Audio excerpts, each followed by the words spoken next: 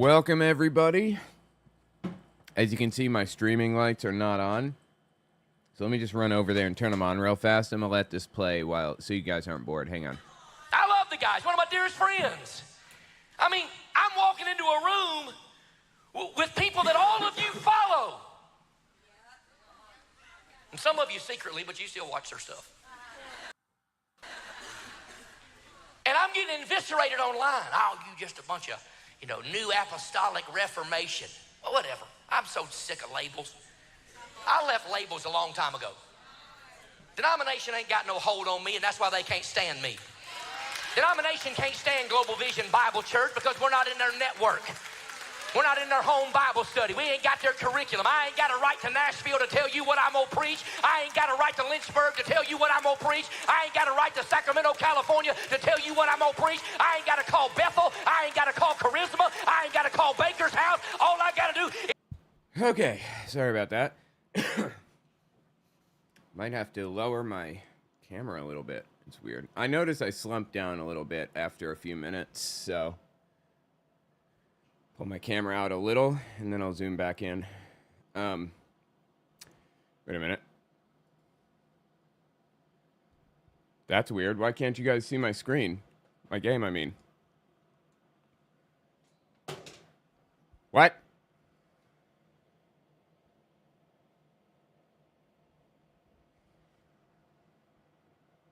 That's weird. Why can't you see that? You should be able to. It's a splitter. Let me try something. Hang on. Is thou what the Bible said, Jeremiah 33:3, call unto me, and I will answer thee, and I'll show you in your church great and mighty things which thou knowest not. That's who I'm going to call. See, y'all can sit around in crazy criticism all you want to, but I'm trying to find some people seeking for Jesus. I'm trying to find some people that are seeking the Lord in this house, seeking the Lord in their house, seeking the Lord in this nation. God's doing it. Don't miss it because you don't like it. Okay, that doesn't make any sense. I had a different game system plugged in, and it didn't work, and now it is working? What? I'll figure it out later. We can play the Switch for now. There's plenty of good stuff to do on the Switch. Out of curiosity, though, let me just look at the settings. 1920 by 1080. I mean, yeah, everything looks good. I don't know what the hell's going on. All right. Well, let's talk about some stuff, shall we? I was hoping to jump right into it. All right, here we go. I got the transcript from ChatGPT yesterday, or I'm sorry, I got it from YouTube, and I typed it into ChatGPT to see if there's anything specifically that he talks about that seemed interesting.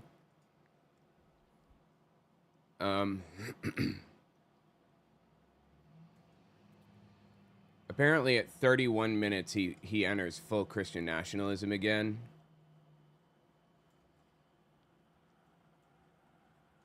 Let's start here. This is Greg Locke. He is a hate preacher of epic proportions. I just want to listen to what he had to say. Apparently, he praises Paula White and stuff in this. Do I agree with everybody that shows up? No. I don't agree with myself, and I show up. But if we can't rejoice that we got what we prayed for, we got more than we prayed for. We got more than we asked for. We got more than we fasted for. And people sitting around with the poochie mouth saying, I can't believe Greg Locke involved with all them people. I can't believe you just sitting at home getting involved with no people. He's talking about, I can't believe Greg Locke is involved with Paula White, Kenneth Copeland, and all of those other people in the Trump administration. And the reason people say that is because Greg Locke has basically spent the past 10 years of his life talking shit about him. Sorry, I'm still sick. Let me show you what I mean, if I can. Hold on.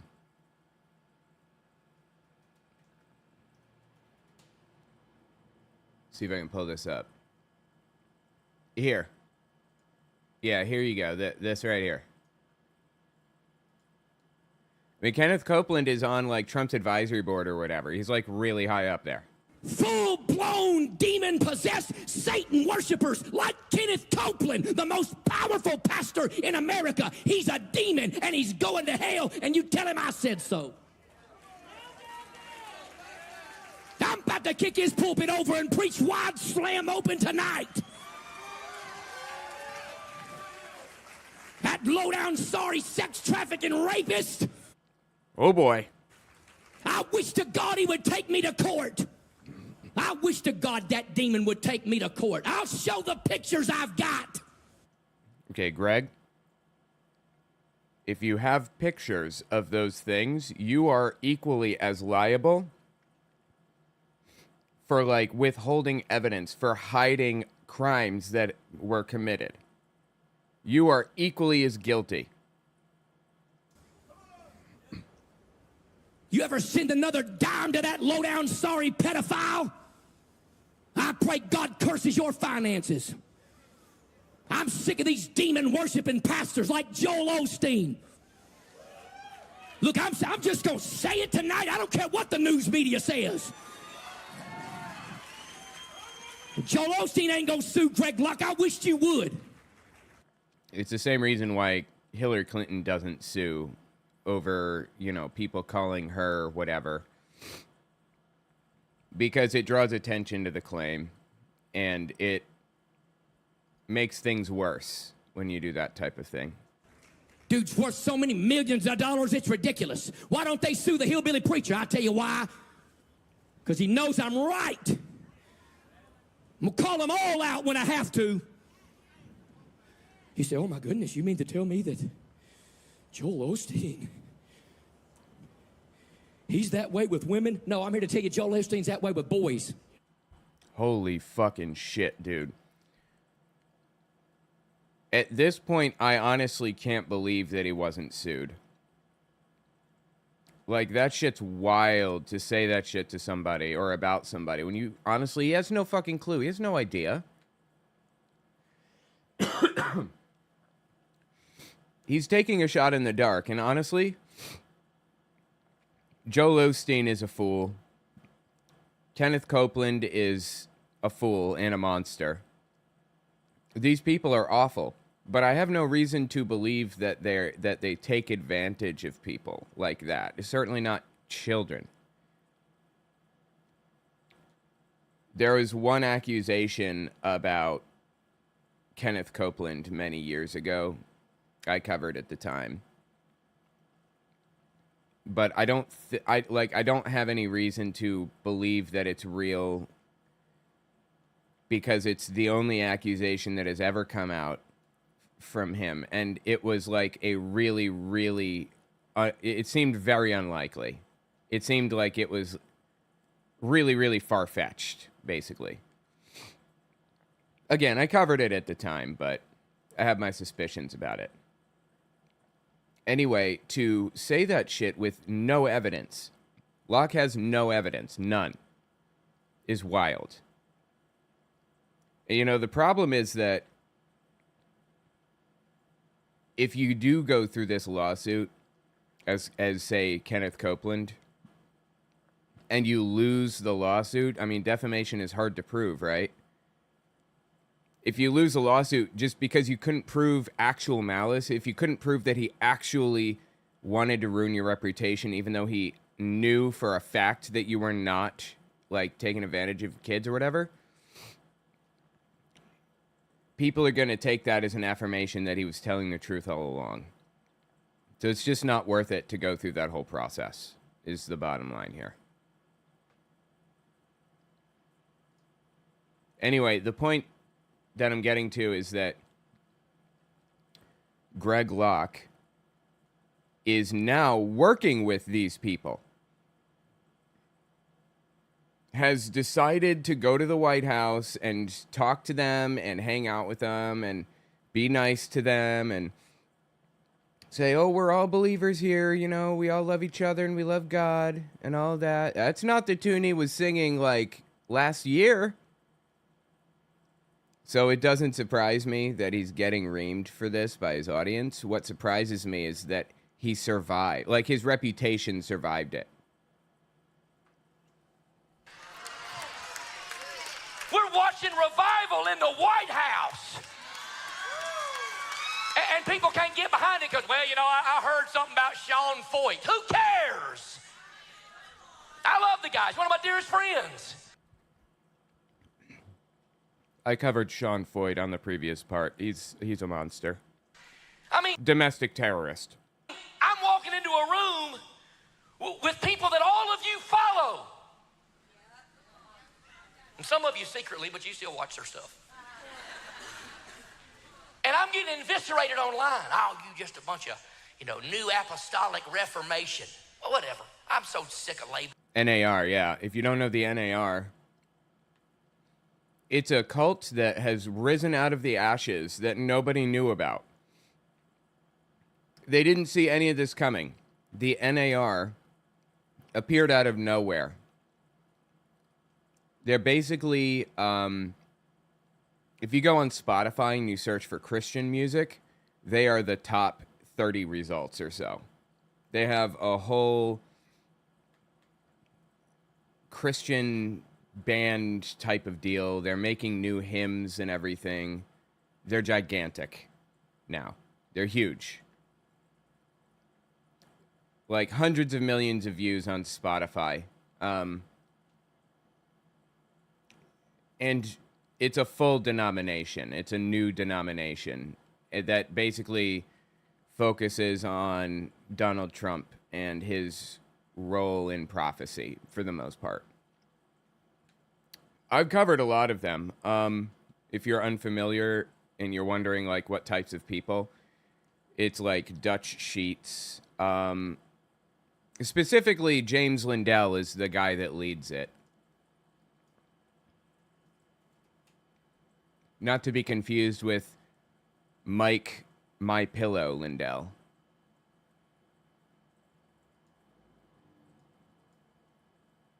Here. They claim that they regrow limbs for amputees.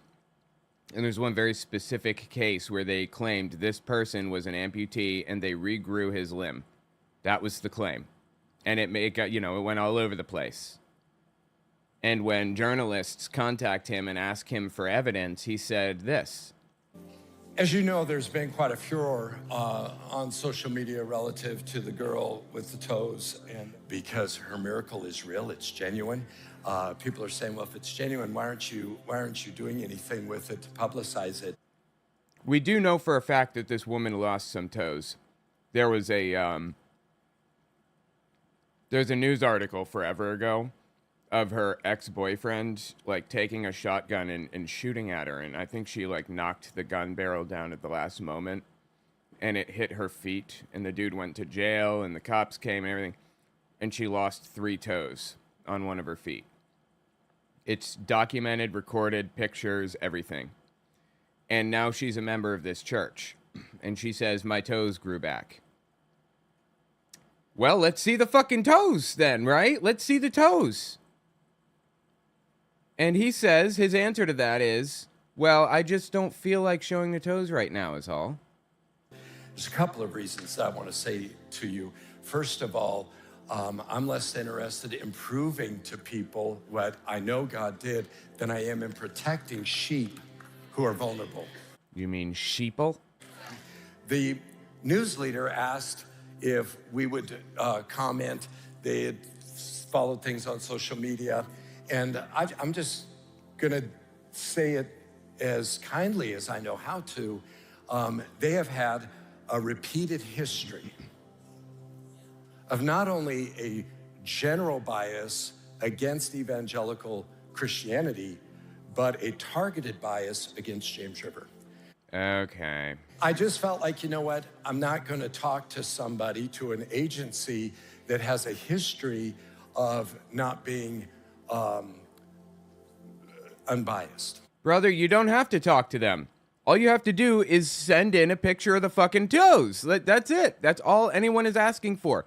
Say nothing else. Send a picture of the toes. Sorry. But he couldn't even do that. The point is, this is New Apostolic Reformation. They're insane. They are famous for bringing monster trucks to their rallies, like their prayer rallies or whatever. They often have monster truck shows and stuff, and they're criticized regularly for like what do monster trucks have to do with Jesus? What I want to assure you of is it's real. It's real, it's real, it's real, it's real. So Prove it. it is a legitimate miracle, and we can provide the kind of proof that would be necessary. People have asked, have you seen pictures of the toes? I have. So I've seen the picture of the toes. Like, there isn't even a need to look at pictures because you go to the church. Let's see it. Let me say this, and I read you a testimony tonight. Not every miracle will be validated by medical science. Either she has toes or she doesn't, right? Validated by medical science.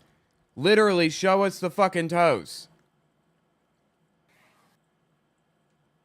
Oh, that was the end of it. Anyway, that's New Apostolic Reformation, and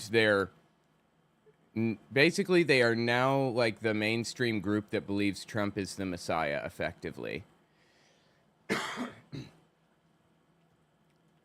And they are well-known charlatans. And Locke is hanging out with them now, and everyone is like really upset with him about it. I left labels a long time ago.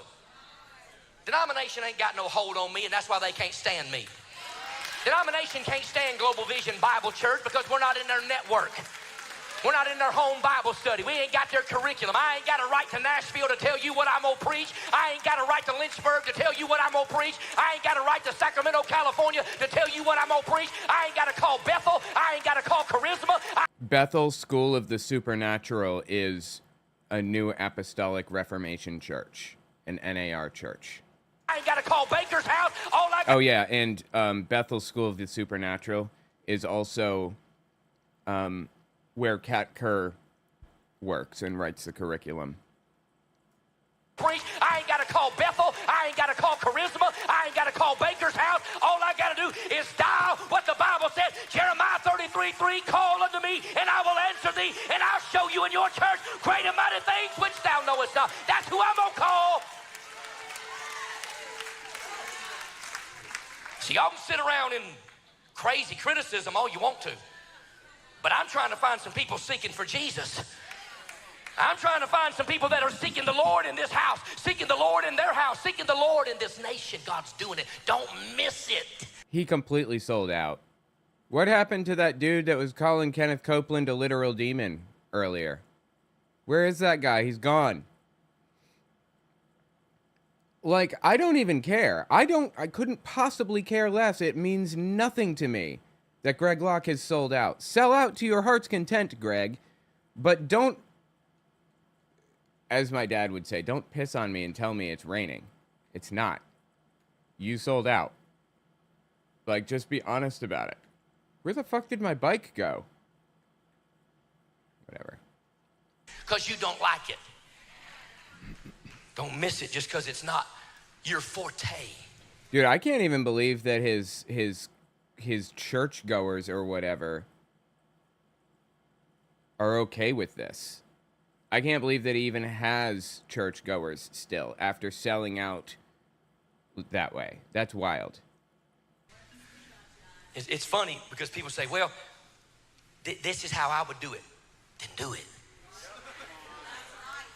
Then start something. Well, obviously they don't have the same platform as your dumbass. Okay, the answer is yes. Just start it then. Well, I'll tell you, I'd go to that church if they had this ministry. Well, come to this church and start it. We'll take your excuses away and see how that flounders for you, right? And so these people were like, where's Jesus? Where's Jesus? You see, desperation will keep you in the battle. Hunger will keep you in the fight. Even when you don't want to fight. Even when you don't want to be in the battle, even when you don't want the temptation, you don't want the trial, you don't want the emotional baggage, you don't want the persecution, you don't want friends walking away from you, you don't want problems in your home. I get it 1,000 times, I get it. But hunger will keep you there. And they said, Jesus, we got a little predicament. All men are looking for you. But would you just show yourself? Now Jesus responds to this fantastically. It's not that he's ignoring them. Sometimes you can read stuff about Jesus and be like, whoa, I don't know if I would have responded that way. Well, if you're going to be like Jesus, you're going to have to. It's like when they say, well, I just wish you'd preach like Jesus. I'm like, I'm trying, you still hate me. Oh, please. I'm just trying verse by verse, line by line. This is red letters, not Greg letters. I can't believe you said that. I'm like, you said preach like Jesus, and I just told you what he said, you hypocrite. You fool. You whited sepulcher full of dead men's bones. Wow, that's a good way to treat your congregants or potential congregants. You snake. You viper. But get help, Greg. You just so judgmental. Why you gotta use all them names? Why you gotta not read a Bible? Here's the interesting thing. I could preach the same way Jesus did. Like this, and it would still make people mad. Dearly beloved, thou art but a snake in this house. You double-minded Pharisee, you hypocrite. Okay, that's not... I think Jesus used those words, but that's not how he preached regularly. God damn it. I hope I'm not sick anymore soon. Oh my God, I just fell right through that ship. Jesus was all about love and peace and kindness and oh my, I fell through a ship again. He was all about love and peace and kindness and happiness and long suffering and blah, blah, blah, you know. I don't know where Greg gets the idea that Jesus was like this hateful shithead. He wasn't. He had hateful shithead moments. Because nobody's perfect, as they say. But he wasn't constantly, like Greg, a hateful shithead. You hell-bound harlot, I seest through thy fakestness. I could be like all calm. Same accent, someone yells in the background. Same accent? What? People walk out, my goodness, I ain't never seen somebody so hateful, somebody so mean. I wish he would just preach the Bible. And I'm like, I wish you would have read it while I was reading it verse by verse, line by line, phrase by phrase. Sometimes Jesus responds in a way that you're not going to like, but he didn't ask your permission, and you ain't going to get a chance to vote on it. Yeah, like, I don't think that that's the problem. I think that the constant, nonstop hatefulness is the problem over anything else. Jesus was not like that. Jesus just says some stuff because he just likes to say some stuff. He'll mess your theology up. He'll mess your philosophy. He'll mess your denomination. He'll mess your mind up with some stuff Jesus says. So they're expecting to be like, okay, it's been long enough. Let me go back and help all these people. He's like, nah, let's go to the next town. Now, I'm going to read it to you. But I say this in passing. I think the reason Jesus said and did some stuff like that is because he was going to test the level of dedication, see how hungry they really were. Oh, they're seeking for me. Let's see if they'll meet me in the next town. It's easy to meet them in this town. It's easy to go back to the porch of Peter's house. But let's see if they'll follow me on down the road a little bit to another town. So watch what he says he's going to do. All men seek for thee, Jesus. Verse 38. He said unto them, watch this, red letters, let us go into the next towns, that I may preach. Everybody shout, preach. There also. Why? For therefore came I forth. He's like, let them stay hungry, Peter. See if they'll follow me to the next town, because I got an assignment. And by the way, everybody in this room's got an assignment from the Lord. An assignment from the Lord. And so he said, let's go to the next town, because the reason I came, now we know Luke 19:10, Jesus came to seek and to save that which was lost. How did he seek them? How did he save them? How did he know they were lost? Because he preached. He said, I came that I might preach in this and in the next town, and in the next town, and in the next town, and in the next town. And when he showed those disciples how they were supposed to go about it, here's what he said. Don't take a bunch of stuff with you. You ain't got to pack no laptop and sermon notes. Not that I'm against that, I'm just talking. He said, don't even take 2 pair of shoes. Now, you women about counted out on that one right there, praise God. You get 1 pair of Okay, very funny. shoes on a journey. You know, a lot of women do like shoes. Like, I don't know. I like retro video games. I also like cars. I don't like collecting them. I just like looking at them. And women like shoes a lot of the time. It's just a thing I get. And purses. Shoes and purses. Just get you a staff and don't even take no food with you.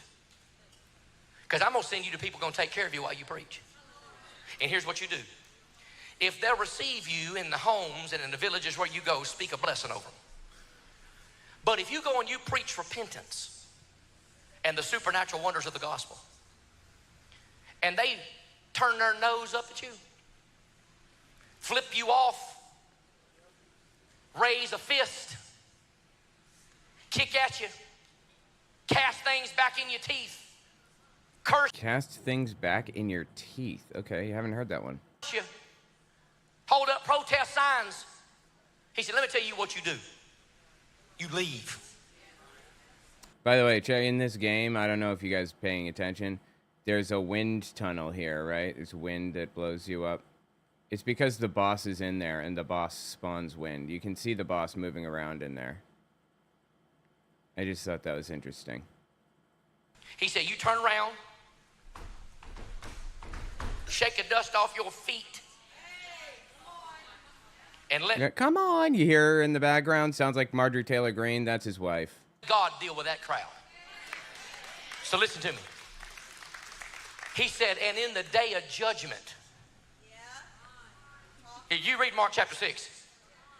In the day of judgment, the towns that won't receive the preaching of the gospel will be considered worse and treated more harshly in the day of judgment than Sodom and Gomorrah and the regions round about. For the record, Sodom and Gomorrah was destroyed, or were destroyed, because of their ill treatment of the poor, because they treated guests and poor really badly. It says so in the book of Ezekiel. It's pretty clear, black and white. Had nothing to do with gay anything, but okay. So they said, all men seek for you. He said, let's see how much they seek. We got to go to the next town so I can preach, because therefore came I, for Jesus came to be a preacher of the gospel. But he also came to dispatch preachers of the gospel. Dispatch. That can have 2 meanings. Does he mean kill or send to different areas? In this room right now, there are people that are called to go out and herald the truth of the word of God, but somebody, something has held you back. Religion has kept you in a pew.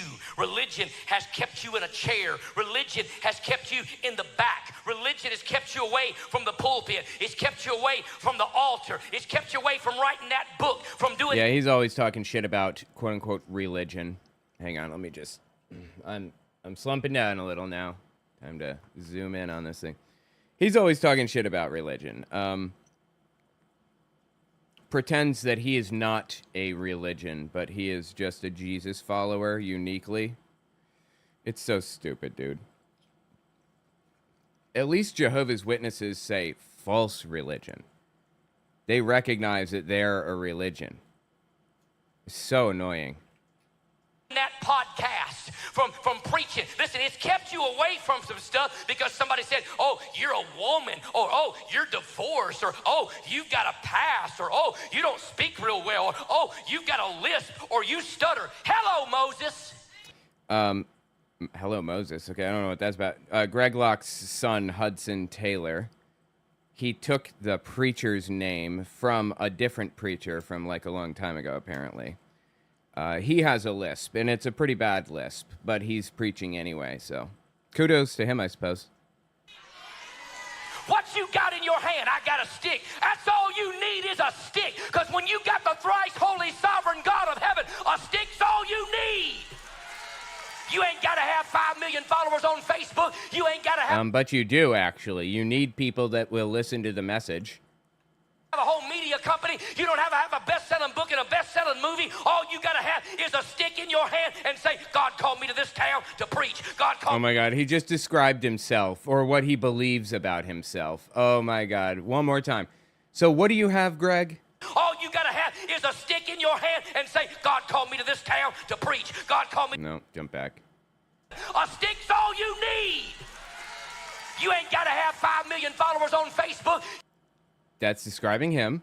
You ain't got to have a whole media company. You don't have to have Media company. a best-selling book and a best-selling movie. No. No. You can pretend you have those things all you want, but you do not. Okay? His book was not best-selling, to my knowledge. I'm not even sure. Maybe. I have no reason to believe that it was best-selling. But his movie, quote-unquote, no. He did not have a movie. Certainly not like a best-selling movie or whatever. He paid some idiots to do a documentary on his church. And then he paid some specific theaters, like, I don't know, 50 theaters around the country, one in each state, to air it for one day. And he claims all the tickets were sold out, and he was in all the movie theaters across the country and all that other shit. It was just... This is what happens when you have more money than you have brains. All you got to have is a stick in your hand and say, God called me to this town to preach. God called me to this town to preach. God called me to this town to preach. God called me to this town to preach. People will think you're crazy. They'll think you're stupid. They'll think you're ignorant. They'll think that you are just some kind of novice. They'll call you everything in the world when you start preaching the gospel. No, I think we'll call you everything in the world when you embody those characteristics. Like scumbag, shithead, making fun of people for no fucking reason, you know, those types of things. But they did Jesus too. You know what Jesus said? Jesus said, dust them off. Now listen. Let the Lord give you permission to let the Lord do what he wants to do. I'm not painting permission slips here. But you know what stirs me up in a good way? Tell me, Greg. I'm careful. I'm marking my words wisely here. Because some people don't like this, and I get it. But we live in the last days, and so you got to do some crazy stuff people don't like. Oh, boy. Buckle up for this one. I've been watching some of these kids. They're like 19, 18, 22, 25 years old. They walk into Walmart. Dude, is his voice cracking like he's about to cry right now? Is that what just happened? They walk into Walmart. It sounds like it. With a phone in their hand. So stupid. Well, they just doing it for clicks. Would you shut up? You ain't doing nothing for clicks. Yeah, that's the point. You shouldn't be doing shit for clicks, right? Except sitting around mad at everybody else's. Why that generation always got a phone in their hand? Because God gave them a pulpit that you don't understand. Children? He gave them some town to preach in. And if you don't like it, they'll dust you off and they'll go preach on TikTok whether you like it or not, and they'll get a following for Jesus Christ whether you got one or not. You can sit around, be Debbie Downer, be all mad, be all... Bro, we're talking about children, right? You said children walk into Walmart and his voice is cracking with phones in their hand. And now you're defending children with phones in their hand. Like, what? Sit. By the way, Tonberry, thank you so much for the super chat. Reminder to collab with Leftist Mafia. I'm not actually sure who that is. Hang on, you've mentioned him before, I think, maybe. Hang on. Let me just take a look here. I'm limited in who I can collab with, though. Oh, yeah, okay. Yeah. I know who you're talking about. Yeah, I'm limited in who I can collab with. I don't think I can collab with them. I mean, I don't think they would, is what I'm saying. Not because they don't like me, but because they don't know me. I have stayed out of social circles for a long time. Welcome.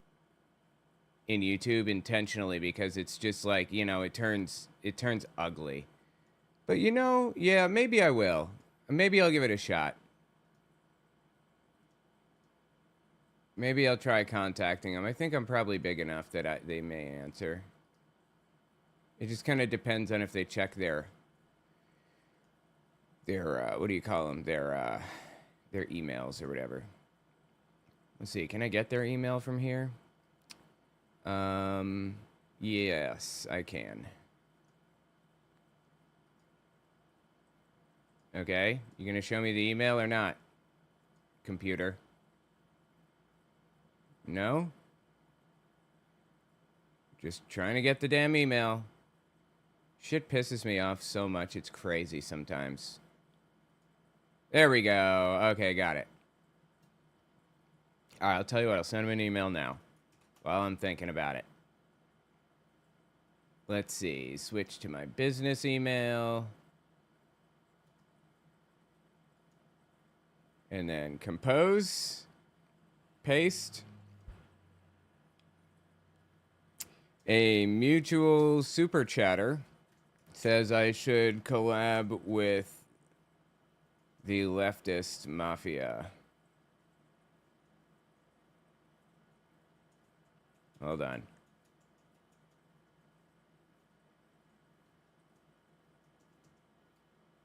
I am familiar with your work from the Majority Report and being banned on the twit by Elon. Let me know if you're interested in working together.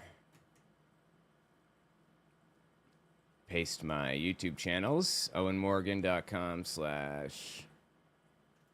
what did I name them? I forget. No.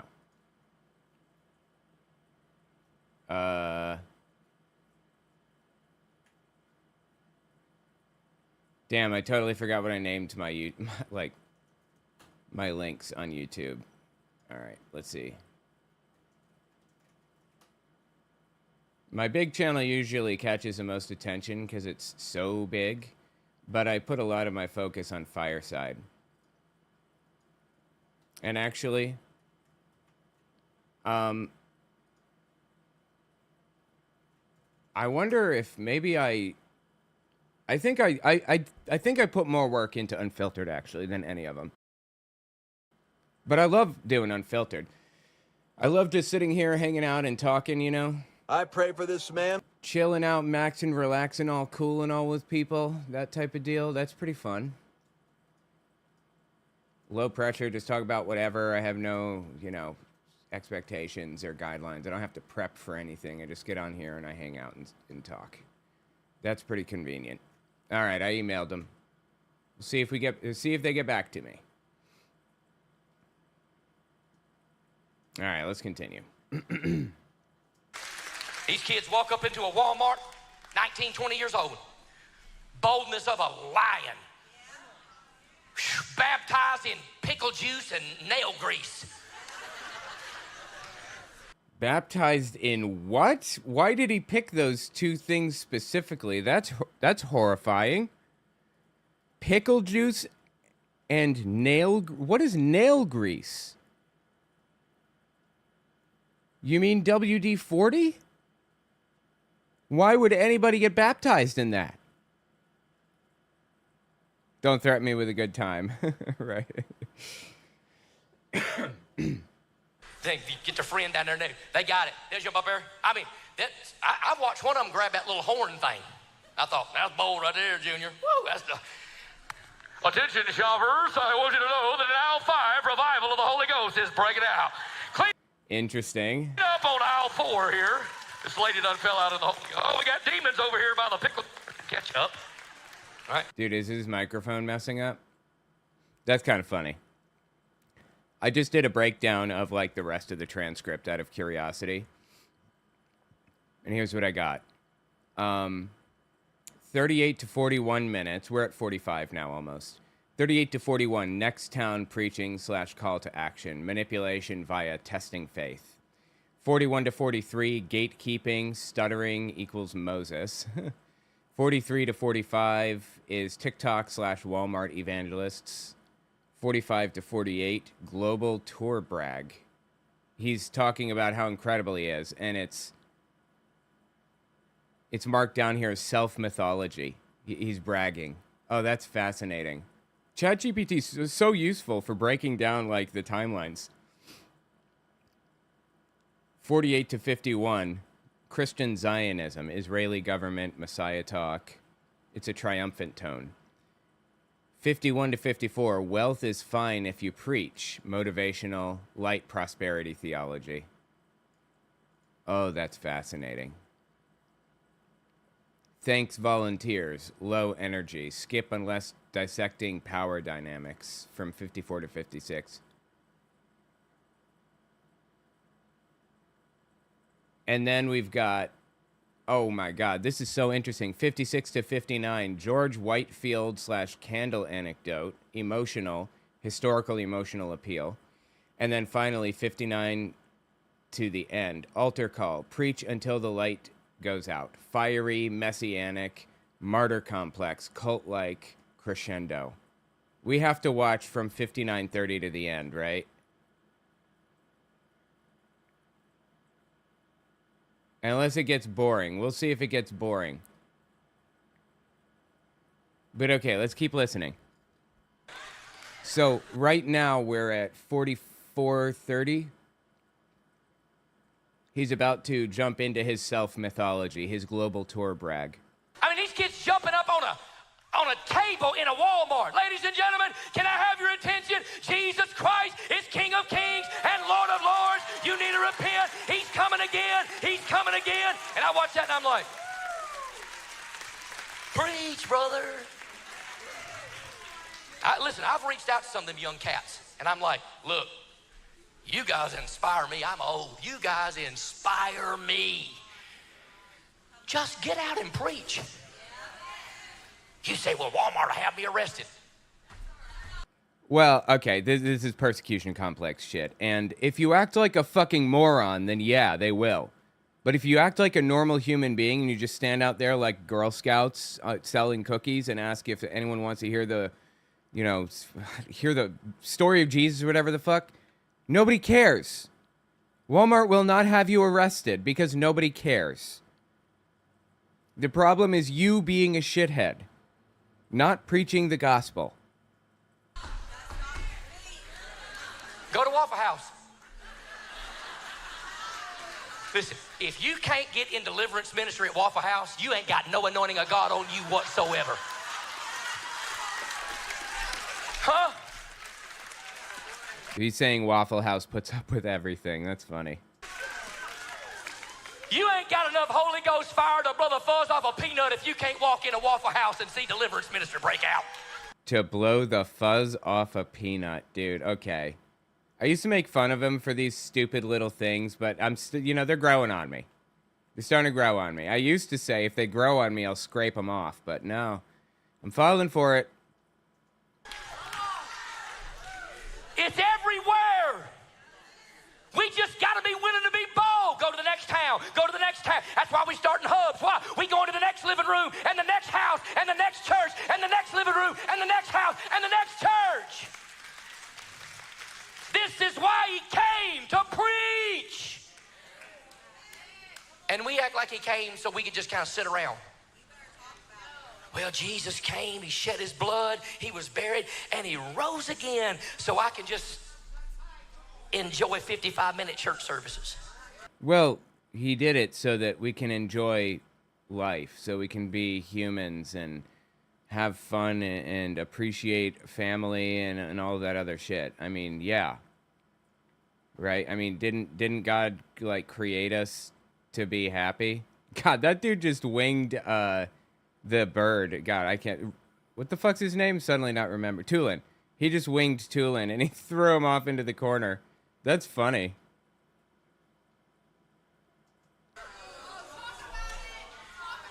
Now, we got chairs. I like them. They got them cool wedding covers on them this week. Don't get used to that, praise God. They get dirty too quick. So this section is supposed to be His global tour brag, his self-mythology. But I grew up with pews. And I'm not against them. Some churches still got them. Can't get near as many people in a room with them. But I often wonder why they called them that.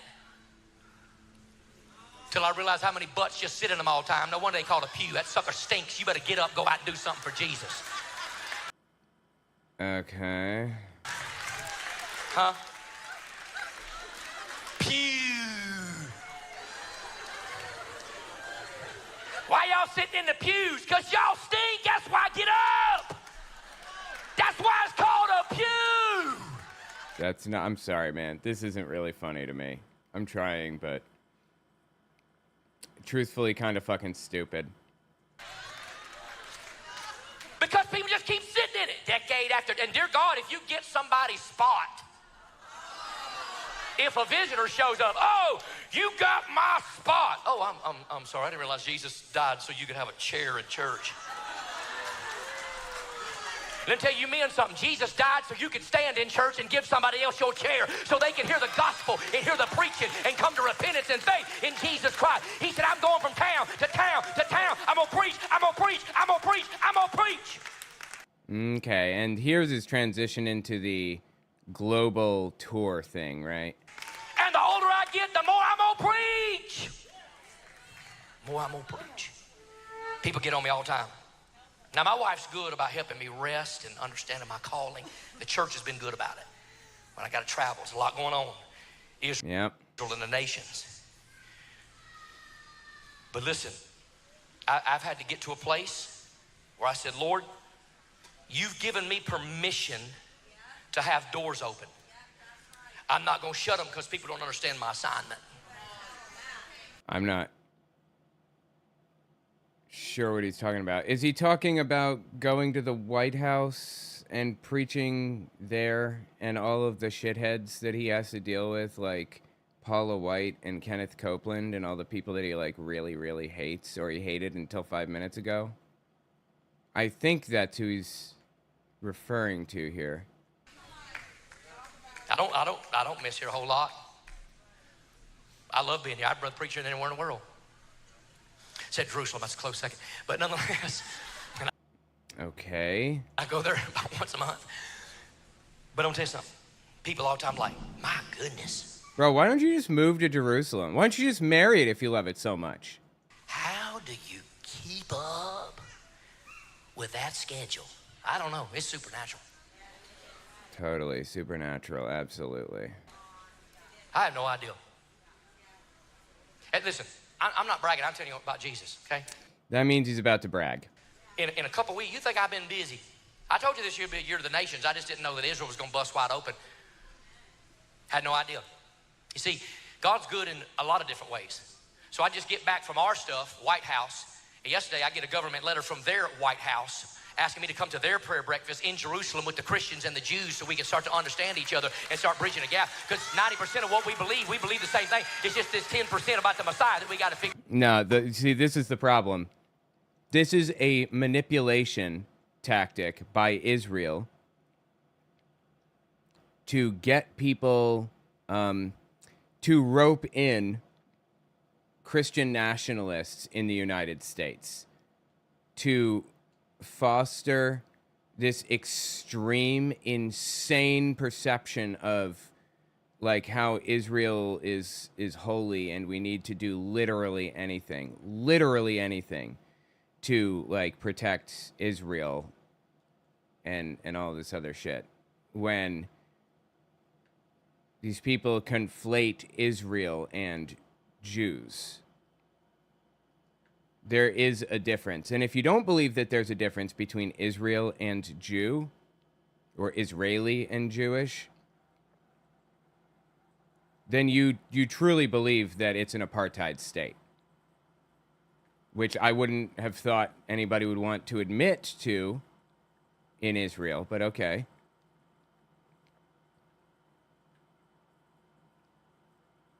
The point is that this is a cynical attempt by a foreign government to brainwash U.S. citizens even further than they already are to support this nation state. Figure out we really believe the same thing. They just don't know who he is yet. I know who he is, and I'm gonna help usher him in so they can know who he is. Shout hallelujah in this house.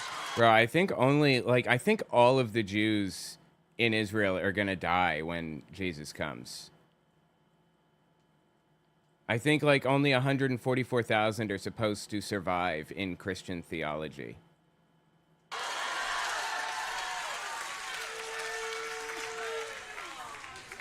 So we got a couple weeks from now. I was like 3 weeks. I got to look at my calendar and talk to my wife. She knows about it, but it's crazy.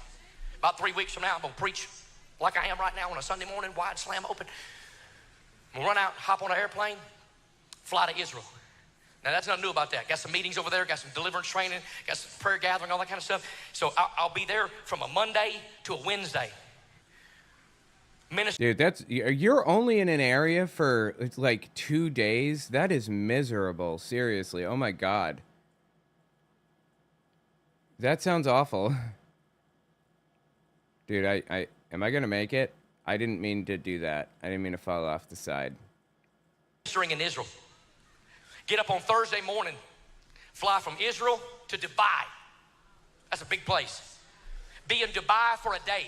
Fly from Dubai to Tanzania, Africa.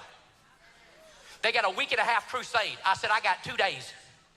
I show up, I preach in Tanzania. I'll miss a Sunday. I preach in Tanzania on a Saturday and on a Sunday. Get on a plane, fly to Bulgaria. Get off a plane in Bulgaria where 65 Balkan pastors, it's called the Macedonian Call. Paul had one, why can't we have one? I'll get off an airplane and I'll be in the Macedonia area in Bulgaria, and I'm gonna be going to a hotel, 65 pastors, 3 days, training on deliverance, training on the prophetic, training on telling these pastors don't abandon the ship, stay with it. Hey, every pastor in the world, no matter what language they speak, got to put up with crazy people. There's a price to pay for an anointed walk with God. Okay, and so this is, again, wait, where'd it go? Self-mythology, bragging, global tour nonsense. Talking about how persecuted he is for working so hard. Yeah, fascinating. Do that for 3 days, hop on a plane, fly straight to Frankfurt, Germany. Get off the plane on a Friday or a Thursday morning, Thursday night, youth conference. Thursday night, Friday morning, Friday night, Saturday morning, Saturday night, Sunday morning. Get through preaching, rush me back to the Frankfurt airport, fly to Estonia. I don't even know where that is. Okay, yeah, wow, you're such a hard worker, Greg. Everyone respects you so much for it. They ain't got no Waffle Houses, praise God. Fly to Estonia, do a 2-day deliverance conference in Estonia, wherever that is. I mean, I think they do have Waffle Houses there, don't they? Estonia is pretty well developed. Isn't that... Yeah, it's one of the Baltics. Estonia is... I think it's probably being confused with Ethiopia. Estonia is north of, like, Latvia and Lithuania, I think. Yes, and Lithuania. And it's north of Belarus and Poland, basically. And Russia has wanted to take the Baltics for a long, long time. That's the plan. I mean, once he takes... I mean, John McCain said it best. I'm sorry, I'm getting off on a little tangent here, but give me a second. Let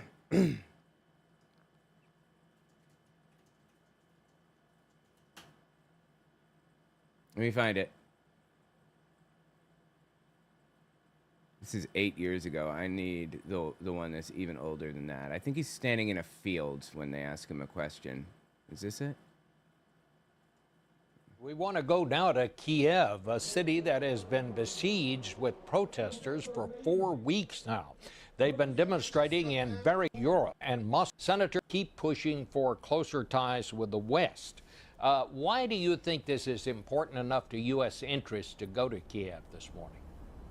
I think, Bob, that there's no doubt about the strategic and geographic and every other aspect of Ukraine. It's a large country. It's a cultured country. It's the beginning of Russia, which a lot of people don't know. And what's happening here is not only a desire to be part of the European Union, which makes them look to the West and not be coerced into the customs union that the Russians and Putin are trying to push them into, but they're tired of corruption, they're tired of a bad economy because of that, and they really want change, and that change is epitomized by a turning to Europe and a relationship with Europe that John McCain knew so much on this subject, it's fucking crazy. He predicted exactly what's happening to a T, like in 2014, seriously.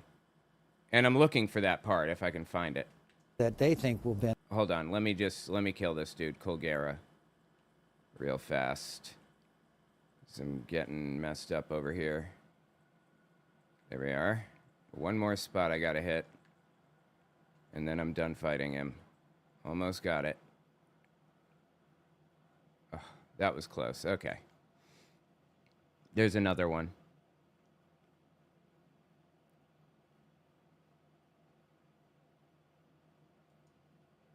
Hold on. What does Putin want? 2014, Crimea.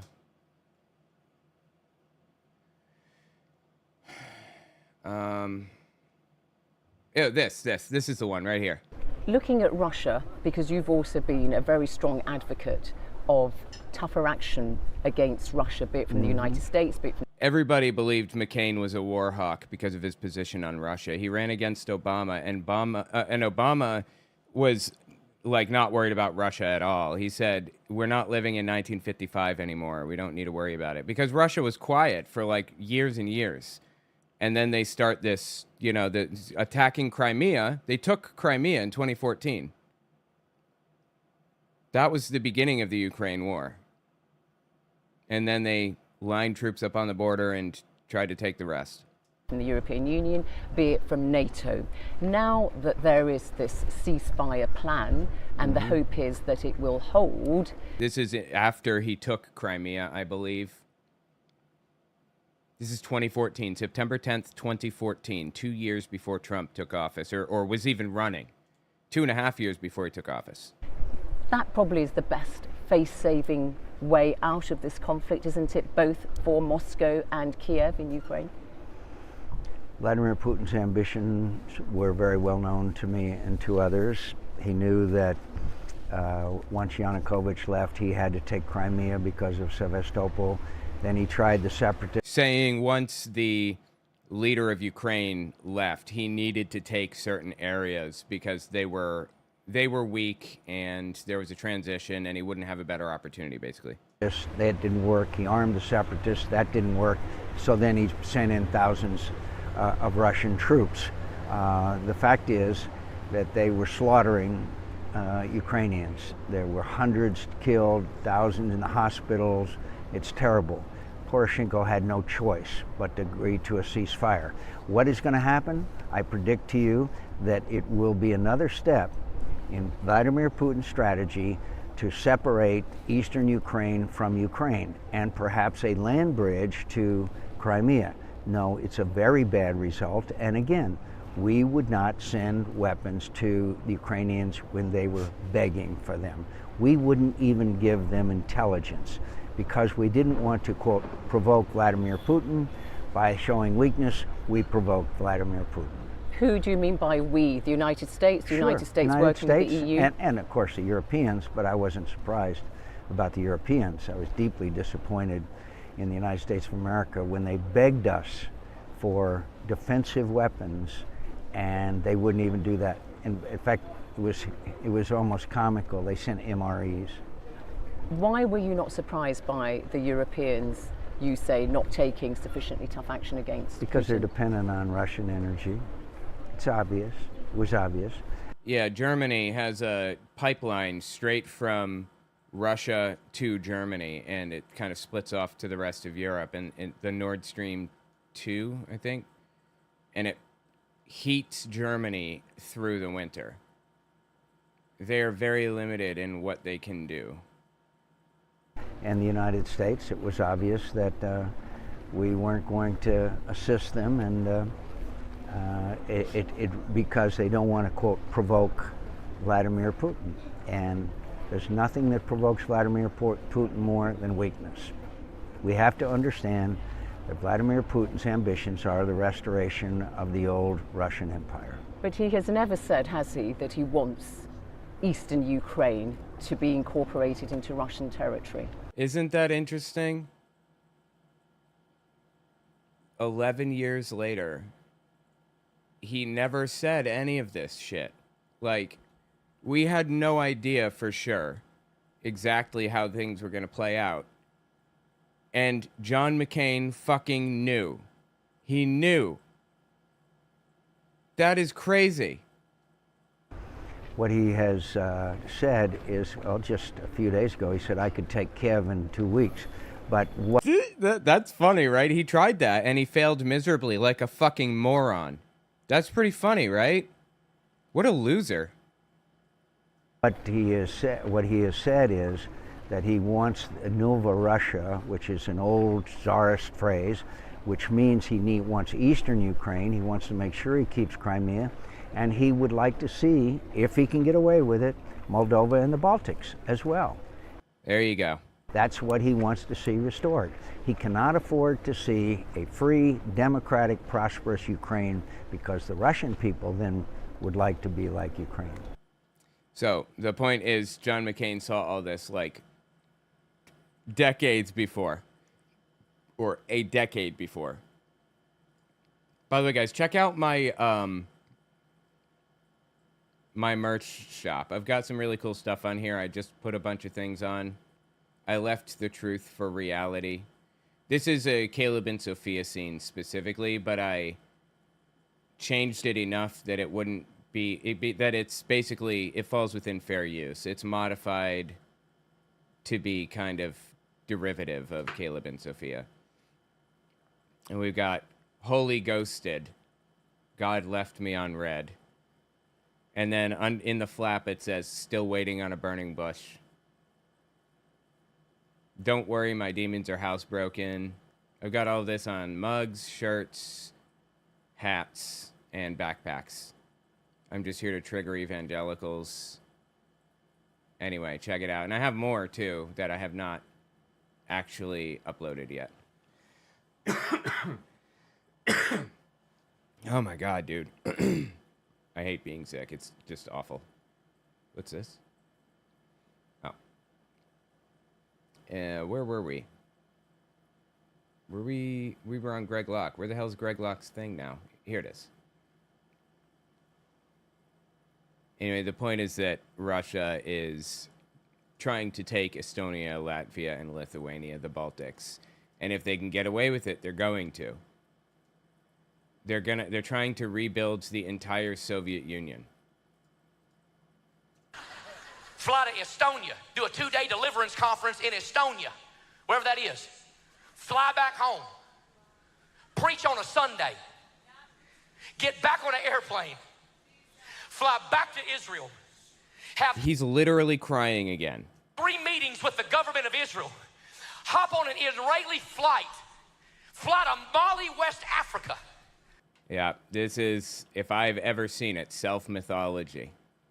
Under the protective influence of the Israeli government, go to Mali, minister for the Lord on behalf of Israel, fly back to Israel, fly to Rome, minister in Rome, fly back home, and... You know why they're doing this? Because Israel doesn't want to convert Jews to, or they don't want to convert people to Judaism, because Judaism is not something that you can really join easily. There's a whole process. Yeah, you really have to be like born into a family who's Jewish in some way. But if they can get people to be evangelical nutcase Christians like Greg Locke, who would literally give his life for Israel or whatever, the country, Israel, not for Jews, but for Israel, the country. It's a distinct difference. If they can convince people to be like that, then it's a win-win. What other reason would Israel have for funding mission trips by pro-Israel nutcases like Greg. I can't, like, why would they fund mission trips for a different religion if not to benefit themselves like that? That is so cynical. Jesus, dude. Preach again on Sunday. I'm going from town to town to town to town to town to town to town to town. Yep, you said that. We got that the first 3 times. Town to town, for herein am I called, that I might preach here and preach there for the glory of God. I wore myself out for the devil. I'm gonna wear myself up for the Lord. Yeah, what a martyr. He is such a cool guy, huh? Wow. Global mythology. You're incredible, Greg. Everyone loves you and you're the best. And this pulpit will stay hot no matter who's preaching in it. This church is on a new rise. They said, all men seek for you. Boy, I wish that was still true. But what is still true is Jesus still has the same mission today he's always had. Go to this town, preach. Go to that town, preach. Go to that store, preach. Go to that car lot, preach. Go to that church, preach. Go to that synagogue, preach. By the way, next verse, he went to the synagogues preaching and casting out demons. Because for some reason, demons hang around religious folks. That's a whole nother message. Here's my red button. Beep, beep, beep, beep, beep, beep, beep, beep, beep, beep. Red button, red button, red button. What is a red button exactly? I don't understand. Is there a joke in here? Red button, I'm about to get flying now. Whew. You better speed up before I get in high gear. Listen, we got a mandate. We got one life. Why are you going to spend it on silly stuff? Yeah, why are you going to spend it on silly stuff? Like moving all over the place and killing yourself for Jesus for no reason. Like, please. Didn't God create us to, like, enjoy life? Why don't you just enjoy life? Really? This minute. And strike and strike and strike and strike. Yeah, what the hell was he just saying? From town to town to town? Yeah, basically the same thing. Maybe Paula White is rubbing off on him too much. Pickle juice and nail grease? Yeah, I know. That was bizarre, right? Used to help me tighten my writing. Okay, hit that one already. Listen, I hope God blesses you. It gives you all kind of, big this and big that. You can use it for the kingdom. There's nothing wrong with having stuff as long as stuff don't have you. But okay. Don't live your life for small stuff. Yeah, this section right here, after the self-mythology that he engaged in, is... Wait, we may have already passed the Christian Zionism thing. Wealth is fine if you preach. Light prosperity theology is this section, yes. Don't live your life for small stuff.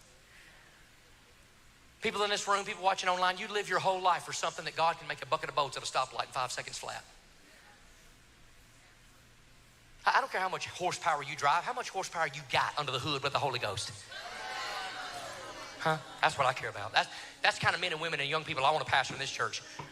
I hope you drive the fanciest car in town and take me out in it sometime, praise God. I can handle speed. I grew up in the back of a truck without a seatbelt or a helmet, praise God. Okay. I'm super redneck. And how in the world a redneck, hillbilly preacher, Gentile in Nashville got hooked up with Jerusalem, I don't know, but I'll take it. Why? Because I'm going to the next town to preach Jesus too. Yeah, more self-mythologizing. I don't care how big your house is, how deep your swimming pool is. I don't care how big your insurance liability is. I don't care if you, listen, I don't care if you got Prada, Gucci, or Gotcha. I don't care. I don't know what that last one is, but in New York City, I saw a lot of Gucci. There's Gucci everything. My kid's best friend has Gucci glasses frames. Apparently, they're like $400 frames. Like crazy expensive. And it's like, do they really work better? You cannot convince me they work better than normal fucking glasses frames. I have Ray-Bans that I've had for like ever, and these are like the best frames that I've ever had in my life. Actually, these are new. These are new Ray-Bans. I just got rid of my old ones.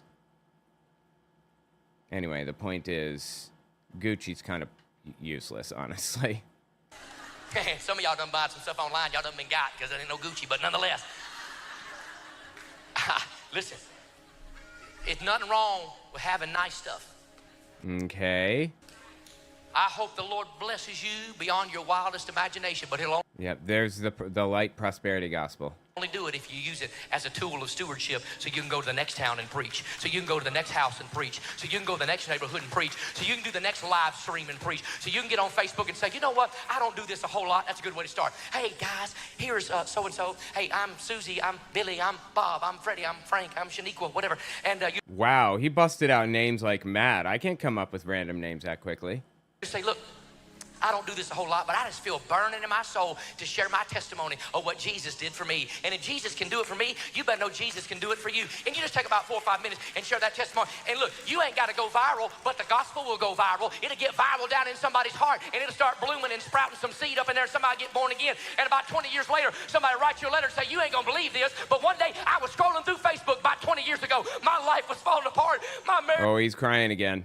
was falling apart. I was all messed up on the crack pipe. I didn't know what I was going to do. Demons was talking in my head. I was getting ready to eat a bullet, and for some reason, I was scrolling across this little old Facebook page. Didn't even have but a few hundred followers, and this little person got on there and said, I don't know why I'm doing this, and I just want you to know I'm the reason you did it.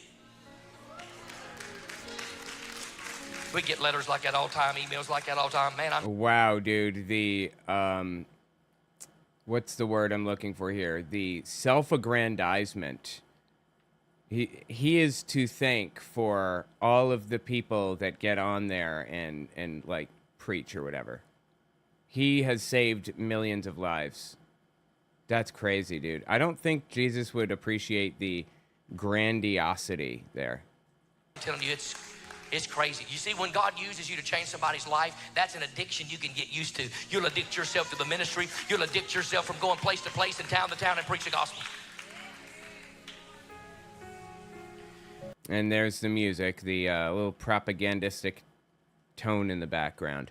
Which section is this? I guess next section is thanking the volunteers. We're going to skip 2 minutes past that because apparently it gets crazy again. Well, Ugh. I can't wait to have a better laptop.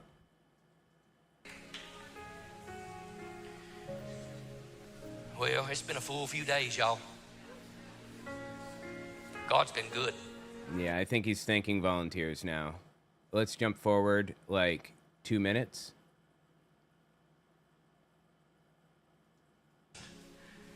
Cassette discs and things. They had none of that. They had no live streams back then. You can just read and you can talk to others that have read about him and studied and just seen how bold he was. They kicked him out of the churches in England. He came to America. They kicked him out of the churches in America. Wait, who are we talking about? Like, I'm bold. Woo, you ain't heard boldness. And George Whitefield was one of the greatest preachers in the Second Great Awakening that the Lord ever used in marvelous, unbelievable ways. He was, you think I'm bold. Woo, you ain't heard boldness. I don't know who George Whitefield is. And they didn't have no tapes and VHS and cassette discs and things. They had none of that. They had no live streams back then. You can just read and you can talk to others that have read about him and studied and just seen how bold he was. They kicked him out. So this is before the United States was a country. This is 1714 to 1770s when George Whitefield was alive. He only lived to be 56 years old. Wow. One of the most famous and influential evangelical preachers of the First Great Awakening, a major religious revival movement in the 18th century.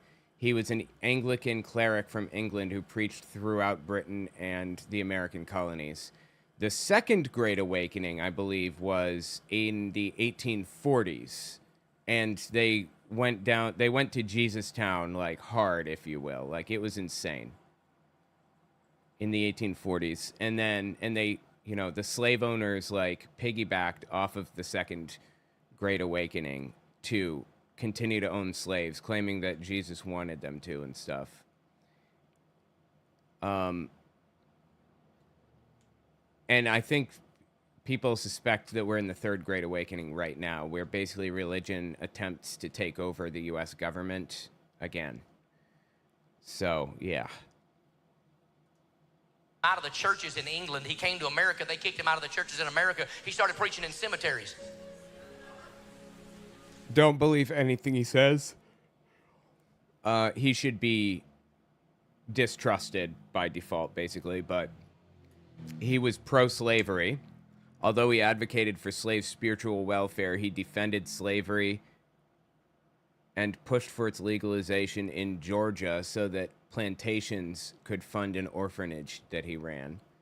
And he emphasized revivalism, and public emotion split congregations and earned criticism from traditional clergy because of what he did. Basically, he was divisive. I'm just looking here. There's something else I wanted to find out about him. What was it? Is what Greg Locke is saying about Whitfield accurate, or is it distorted?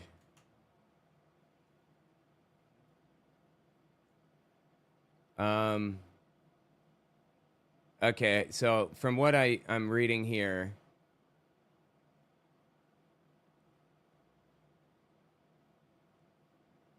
okay, here you go. Wow, this is so useful. Oh my God.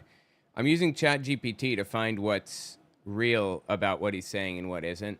So you got to take it with a grain of salt, of course. It gets things wrong from time to time, but it's pretty accurate for the most part.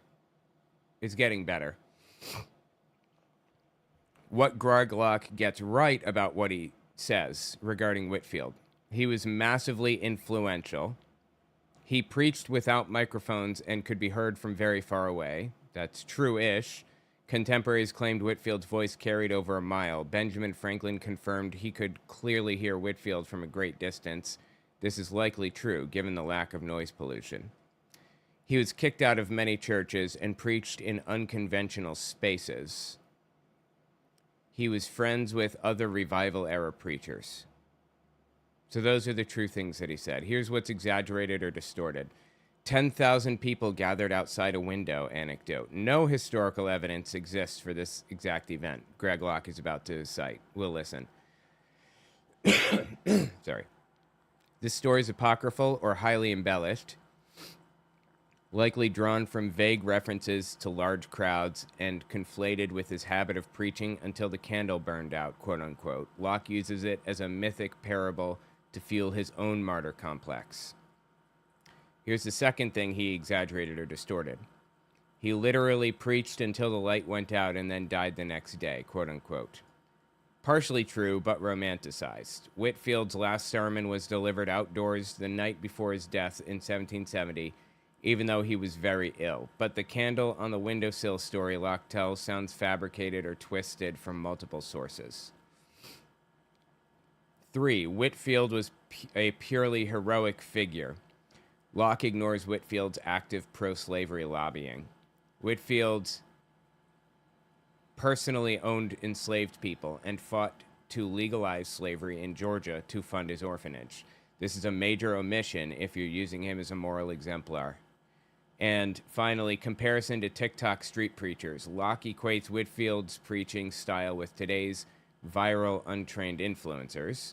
While Whitfield was loud and controversial, he was also intensely educated at Oxford and steeped in theological debate, not a guy shouting in a Walmart with a phone. I assume it means with a microphone. Here's why Locke distorts Whitfield. Locke uses Whitfield as a prop to justify his own style. Confrontational, charismatically intense, operating outside denominational control, and criticized but called by God, quote unquote. He invokes Whitfield to legitimize his own rebellion against traditional churches and to equate loud, controversial preaching with divine approval, even though Whitfield's life and beliefs were far more complex. So there's the answer about Whitfield. Now let's just listen to what Locke has to say about Whitfield here. He was, you think I'm bold? Woo, you ain't heard boldness. And they didn't have no tapes and VHS and cassette discs and things. They had none of that. They had no live streams back then. You can just read and you can talk to others that have read about him and studied and just seen how bold he was. They kicked him out of the churches in England. He came to America. They kicked him out of the churches in America. He started preaching in cemeteries. 10,000 people a day. Yeah, he was divisive, is the point. And 10,000 people a day, not necessarily. No, I don't. That doesn't sound right to me. Would show up in a cemetery or in a cornfield to hear the man of God preach. No microphone system, just herald out the truth. They said on a clear night, you could hear George Whitfield's voice clearly for well over a mile. Not true, I guess. But his voice was clear because no noise pollution. That's a set of leather lungs. That's a gift. George Whitfield was nearing the end of his ministry. He literally took 2 continents and shook them both for the glory of God and connected them. He was a bridge builder. Unbelievable. Friends with some of the greatest preachers. Oops, sorry. I didn't mean to pause it. Both for the glory of God and connected him. He was a bridge builder. Unbelievable. Friends with some of the greatest preachers that you've ever heard of. Jonathan Edwards. Preached sinners in the hands of an angry God. David Brainerd, great missionary. I mean, maybe. I didn't see anything about that in this. Missionary to the Indians. Missionary Mountain, Missionary Ridge, Brainerd. He was a scumbag. The dude was pro-slavery and was like using his platform to encourage slavery. Like, it doesn't get more vile than that, just about. Tunnel, Brainerd Church, all that stuff in Chattanooga, all David Brainerd. George Whitfield knew all these people. He was, if I may say, he was the king of revival in that day, and everybody knew. This is when he walked in the room, he's a man. Do you notice how he said that? He was the king of revival in that day. Not, he was the king of revival in that day. The tone implies Greg thinks that he is the king of revival today. If I may say, he was the king of revival in that day, and everybody knew. This is when he walked in the room, he's a man of God. A man, a few words out of the pulpit, but plenty of them inside of it. George Whitfield came through a little town, little farming town. And he would preach at 6 in the morning, 12 noon, and about 6 to 8 at night. So everything he's saying right now is like heavily either romanticized or distorted to romanticize a guy that split the church in half, caused divisions, and was a loud, obnoxious fool and lobbied heavily in favor of slavery. This is the kind of shit that Greg Locke does. This is just vile. Every day. 3 times a day, everywhere he went, 10,000 people in every one of those services. Different people. Horse and buggy. Came to a little town, he preached morning, noon, night. Took his meal. Went back to his little room. His little hostel, they would call it. 3rd floor. Little dilapidated hotel. With a full belly and a full heart, he laid down to get some rest. About 20, 30 minutes went by, and just about the time he was about to drift off to sleep, he heard some tapping on the window. He was on the 3rd floor, tapping on the window. Somebody out there throwing rocks at the man of God's window. He walks out, maybe 10. I don't believe you can be a man of God while simultaneously advocating in favor of slavery. I think that that's kind of a line. Like, well, I suppose the Bible does advocate for slavery, so I guess you can be a man of God and advocate for slavery at the same time. But in this culture, in this environment, I would think that he would know better than to advocate for, or that he would know better than to express support for a dude that supported slavery like that. 10 o'clock at night at this time. Opens up the window. 6,000 farmers had found where he was staying.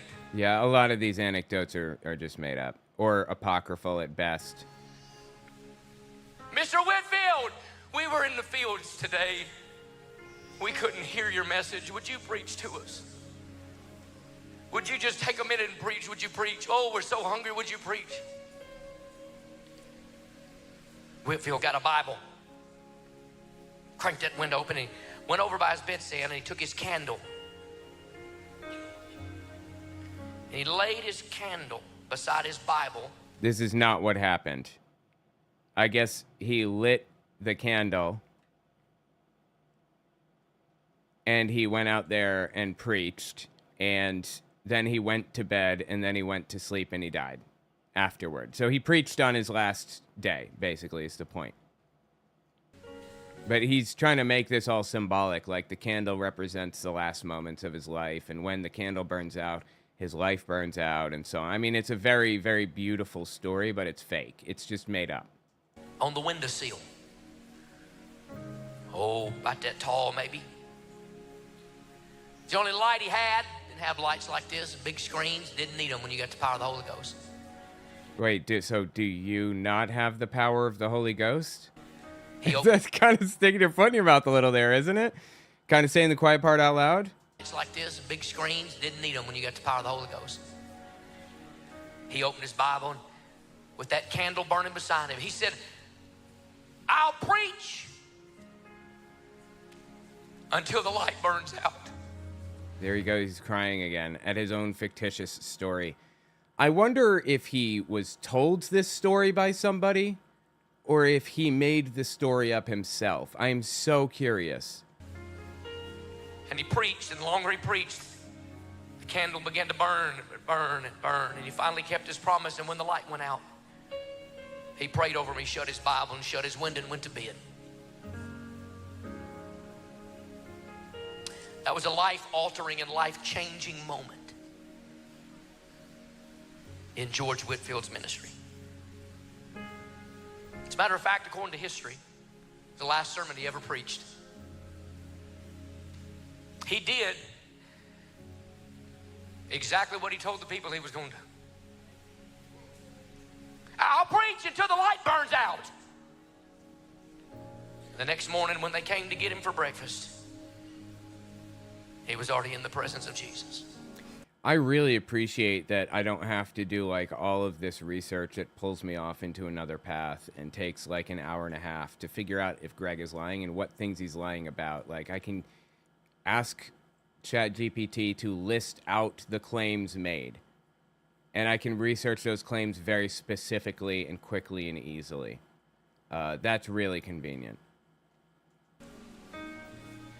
So listen, Global Vision. In this room, in this warehouse, and all over the world, listen to my heart, and I'm done. We've made our mistakes. I've made mine. We've taken our licking and kept on ticking. We've learned our lessons. We've turned our corners. We've gained. We've lost. We've grown. We've shrunk. We've grown again, and here we are. I don't know what tomorrow holds. I know who holds tomorrow. Okay. I don't know what next week looks like. I'll be 49 years old in less than a month, almost 50. Wow. Do I got 50 more in me? I hope, but it's doubtful. I'm more than halfway around the track, and there is no going back. And you just wasted your entire fucking life spreading hate for no reason. You didn't benefit anybody but yourself in the process. There's no changing horses in the middle of the race. I don't get 50 more. Very doubtful. Most people in this room, even the young ones, aren't going to get 50 more either. If you knew what was coming, you'd believe it. Okay, yeah. Everyone is, Jesus gonna take everybody out and all that shit. Totally. So I can't make a lot of empty promises, but I can promise you one thing. They can hate us. They can love us. They can eviscerate us. they can gloat and glory about us. People will come, people will go. Ministries will rise, ministries will fall. I am not in charge of the tide, but I am in charge of the next thing that comes out of my mouth. So we have entered into the martyr complex section. When he was done with George Whitefield, like, the point of the whole George Whitefield thing was to prove to everybody how incredible and holy and wonderful and amazing he is. But basically how amazing George Whitefield is. And then compare himself to George Whitefield. And justify his vile behavior by saying, he did it, I can do it too. That was his point. And now he's laying down this whole martyr complex for us. Because no matter what happens, like, this guy's filthy fucking rich, okay? I can't articulate to you how much money this dude has. It's disgusting how much money this guy has. 5 million subbies on Facebook. He's constructed multiple church buildings, like 3 different times in the past few years, like hundreds of $500,000 to $1 million each. He's got a shitload of money. And he's the martyr here. He's suffering. He's having a hard time. But he does it for you. My God, dude. Can you be any more, like, cynical? no matter what happens, no matter what happens, I've got one goal, Mike Wander, one goal. Holy shit, in the background, that song just played a tune from a Jehovah's Witness song. It's probably a coincidence, but it's called Make the Truth Your Own. Doon, doon, doon, doon, doon, doon, doon. And it just unlocked a core memory.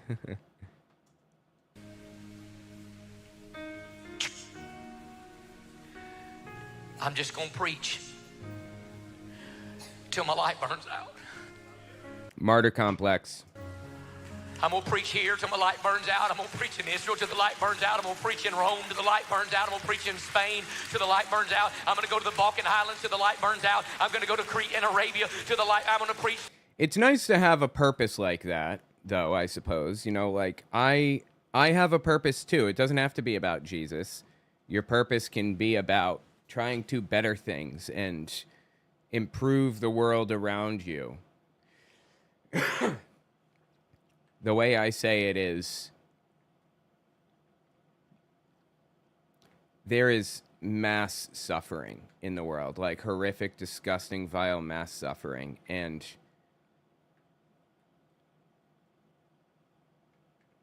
when I die, the universe ends. I want to decrease the amount of suffering in the world and make everyone else's universes as good as possible before mine ends. That's generally how I view it. It kind of puts it into perspective, like, things really don't matter much. What matters is what you think should matter. And what I think should matter is improving people's lives, because we only get one spin around. And, you know, there's no reason to, like, make people's lives miserable. There's no reason everybody should be miserable. There's no reason for that. We live in a world where it's possible for us to make everyone's lives good. We live in a world where everybody can have, like, a lot of money, where everyone can have a decent life, middle-class life. And the reason that they don't right now is because rich shitheads want to hoard all of the wealth. So the point is, I want to make the world like that. A place where everybody can live and be happy and be middle class, have extra. They're not burning themselves to the ground, working themselves to death, or dying in a concentration camp the way that the El Salvadoran, CCOT people are right now. That's my purpose. Greg Locke's purpose? To make sure those people stay in that concentration camp in CCOT and to line his own pockets. And he can tell himself that it's, he's trying to make the world better and all of that shit, but he's materially making it worse by spreading his extremist doctrine. Not necessarily by spreading Christianity, although I'd argue that too, but specifically by spreading his extremist doctrine, his extremist version of Christianity, and by lying to people. So it's basically me and Greg coming up against each other. And he has 5 million subbies. To the red, the yellow, the black, the white, the tall, the short, the Muslims, the Christians, the Jews, I'm gonna preach, if they don't like it, I'm gonna preach. If they do like it, I'm gonna preach. If they receive it, I'm gonna preach. If they crucify me, I'm gonna preach. If they put me in jail, I'm gonna preach. If they put me under the jail, I'm gonna preach. If they put me in the White House, I'm gonna preach. If they put me in the jailhouse, I'm gonna preach. God, give us some people that'll preach until the light burns out.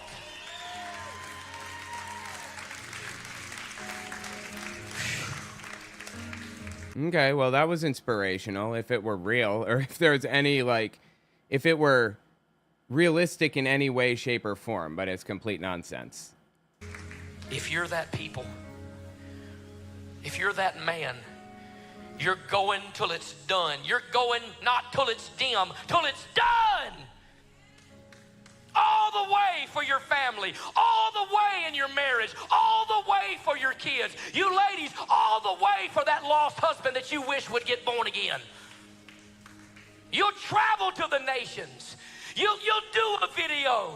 You'll share your testimony. You'll carry gospel tracts. You'll be faithful to worship and be undignified and dance like David if you've got to. You'll turn churches upside down, flip tables when you have to, and set others when you need to. If you today say, God in heaven, I promise you I'll preach the gospel until the lights burn out right now, right now, right now. I don't care how much room we run out of. Right now, all over this room, you come and you join these multitude. We're going to preach till the lights burn out. You're going to stay faithful in prayer till the lights burn out. We're going to fast and pray till the lights burn out. We're going to worship till the lights burn out. So just taking a look here, I asked ChatGPT, do you think it's likely that Locke's sermons are scripted? This is the kind of thing that, this is the kind of story that I would tell, something similar, except mine would actually be real. And I don't script mine. I just think about somebody's story and then I kind of tell it. But here's what ChatGPT said. It's unlikely that Greg Locke's sermons are fully scripted, but it's very likely they're loosely outlined with key talking points, especially prophetic claims, political call-outs, and climactic phrases like preach until the light burns out. Oh, 100%. I absolutely agree.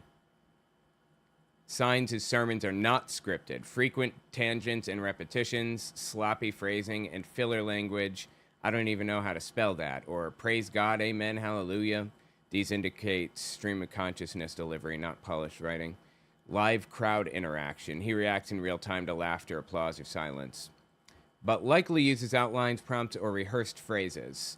Preach till the light burns out, dead church, next town are clearly rehearsed or reused to generate rhythm and emotional climax. Structured crescendo. His sermons build toward a predictable emotional high point with altar calls, patriotic fervor, or revivalist declarations, hallmarks of a pre-planned structure. Interesting. Prop-like anecdotes. These are often planted narrative beats meant to land dramatically, suggesting they're mentally or even physically noted in advance. Not scripted word for word, but absolutely choreographed for maximum rhetorical and emotional effect. That's fascinating. Anyway, yeah, I mean, that's about it. That was Greg Locke's whole bit. Manipulative, full of lies, and hateful trash overall. Let me know what you think about it in the comments. Anyway, all right, so let's see. We are at 12:19. We still got some time. Awesome. Let's take a look at some other stuff going on. Let's see here. God, I wish I wasn't sick. It's awful. The Secret Place. The Power of His Resurrection. What's this? Let's check this and see. Let me see if I can just grab the transcript here.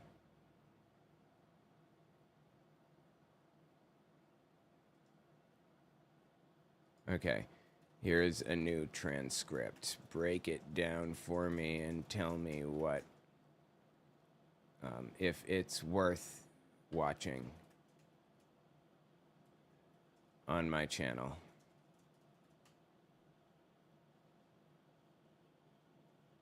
Let's see. While long and saturated with emotional appeals, has few standout moments and themes that could make it worthwhile for commentary, especially if your goal is to expose or analyze harmful theology, manipulative tactics, or fringe charismatic claims. Strong reaction-worthy segments. These parts are good for pulling out clips, critiquing, or dissecting in your content. 11 minutes to 12:30, 23 to 29, 33 to 36. Locke rants about people being book smart but God dumb, and how real salvation changes your habits, your mouth, and who you hang out with. This could be unpacked for its legalistic overtones and judgmental framing. That's interesting. He says literal power that resurrected Jesus lives in his bloodstream. He uses this to support deliverance, speaking in tongues, and miraculous healing. Wow, this is such a useful tool, right? Hope you get well soon. Appreciate that. Welcome, Singir. Yeah, I'm getting there. It's little by little. Less engaging or filler segments. Altar column baptism signups. It's really interesting. All right, let's check some other stuff. Let's go to Flashpoint. And also, oh yeah, jw.org. I wanted to grab a watchtower. Actually, you know what? How to control worry. Let's check this. I'm just going to copy and paste this whole bit into ChatGPT. This is an article by Jehovah's Witnesses. Can you point out where it uses propaganda, lies, or deception? Things I would want to address on my streams.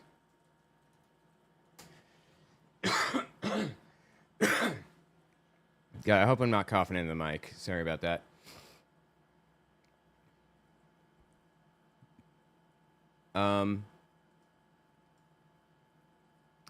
This Jehovah's Witness article appears benign on the surface. It offers basic mental health advice, but it's laced with subtle forms of propaganda, manipulation, and indoctrination tactics that could be valuable to address on your stream. Here's a breakdown of where and how these appear. 1. Spiritual bypass of real-world problems. Reading the Bible helps me avoid taking in the negative information and helps me focus on the positive.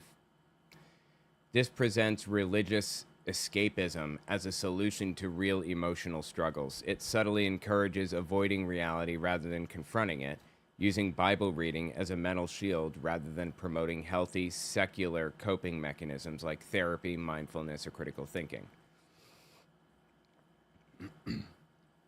It's even giving me a little stream commentary angle. How religious groups offer spiritual distractions instead of empowering people to think critically and engage meaningfully with the world. Here's a second point.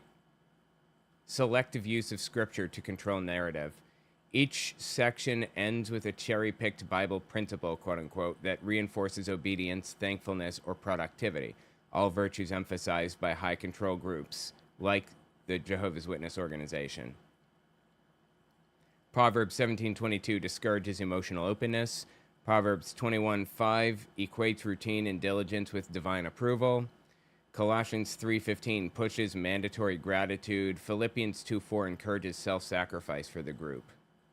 This subtly reframes control and compliance as virtuous, moralizing behaviors that support the organization's goals, unquestioning positivity, constant productivity, and focus on others, i.e. recruitment and group cohesion. That's fascinating. This is such a valuable tool, seriously. Just taking a look through here.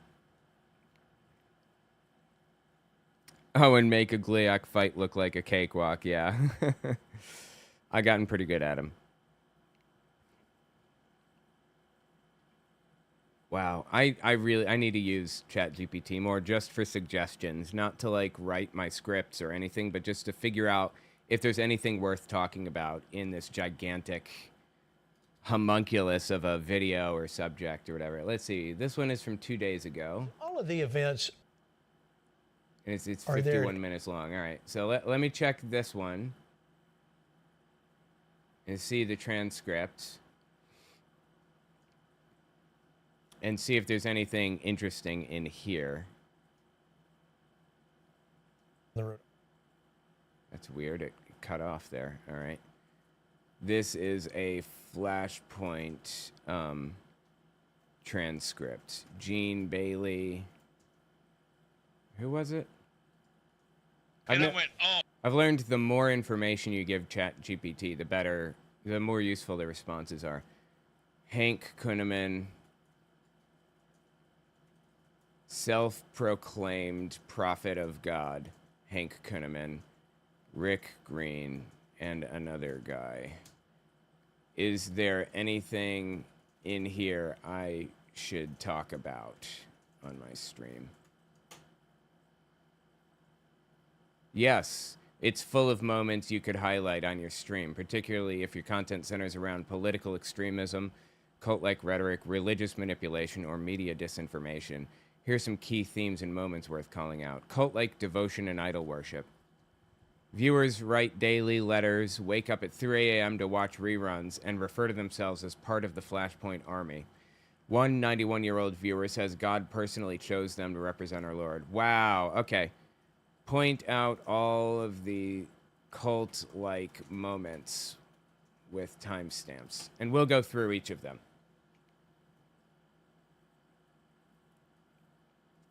Give it a minute. It's going to take a minute to load. It's going to take forever. Like, sometimes ChatGPT takes a while to kind of process all of its shit, you know. But that's fine. We'll let it go. It's still going. I probably don't need that many. I'll let it continue. Oh my God. Sorry, guys. Damn it. I wish I weren't sick. It sucks. So some of the early ones we've got. Oh, it's done. Would you like me to clip this down into a streamlined 5 to 7 minute highlight script for a stream segment? No. I'm not going to get scripts from ChatGPT. I will never do that. It wouldn't sound authentic. All right. 30 seconds to 110. I'm just going to use it for outlining. I wanted to take a look at this TV show called Flashpoint. It's on Kenneth Copeland's Victory Channel. There are some cult-like moments. Or let me rephrase. Let me start over. This TV show is on Kenneth Copeland's network. These guys are full-on Trump nutcases. I mean, full cult members. No ifs, ands, or buts about it. And I wanted to take a look at some of the most intense MAGA cult moments that they laid down for us. Let's start right here. Of someone that he's always running into the Flashpoint Army wherever he is. So here's Mark's video with Marcia Yearlian. Okay, Gene, once again, I'm in a legislature, and what do I find? I find Marsha, and you can see what shirt she's got on, Flashpoint Army hat. Okay, so tell Gene, how did you first hear about Convention of States? Flashpoint Army, wearing all of the gear, the paraphernalia. There's nothing wrong with liking a content creator and wearing their merchandise. Hint, hint, nudge, nudge. Damn it. But this is a step beyond that because it is a MAGA cult. It's not just a Flashpoint cult. It's a MAGA cult. They are diehard MAGA. Their whole personalities are MAGA. That's all there is. There's nothing outside of that. It's like with my mom. There isn't Jennifer Morgan. There's no Jennifer Morgan anymore. There is Jennifer Morgan, Jehovah's Witness. In their case, there is what was her name? Point Army hat, and you can see what. Wait. I'm in a legislature, and what do I find? I find Marsha. And wait, this isn't Marsha Blackburn? No, I don't think this is Marsha Blackburn. There's no way. Anyway, there's Marsha Blackburn, MAGA.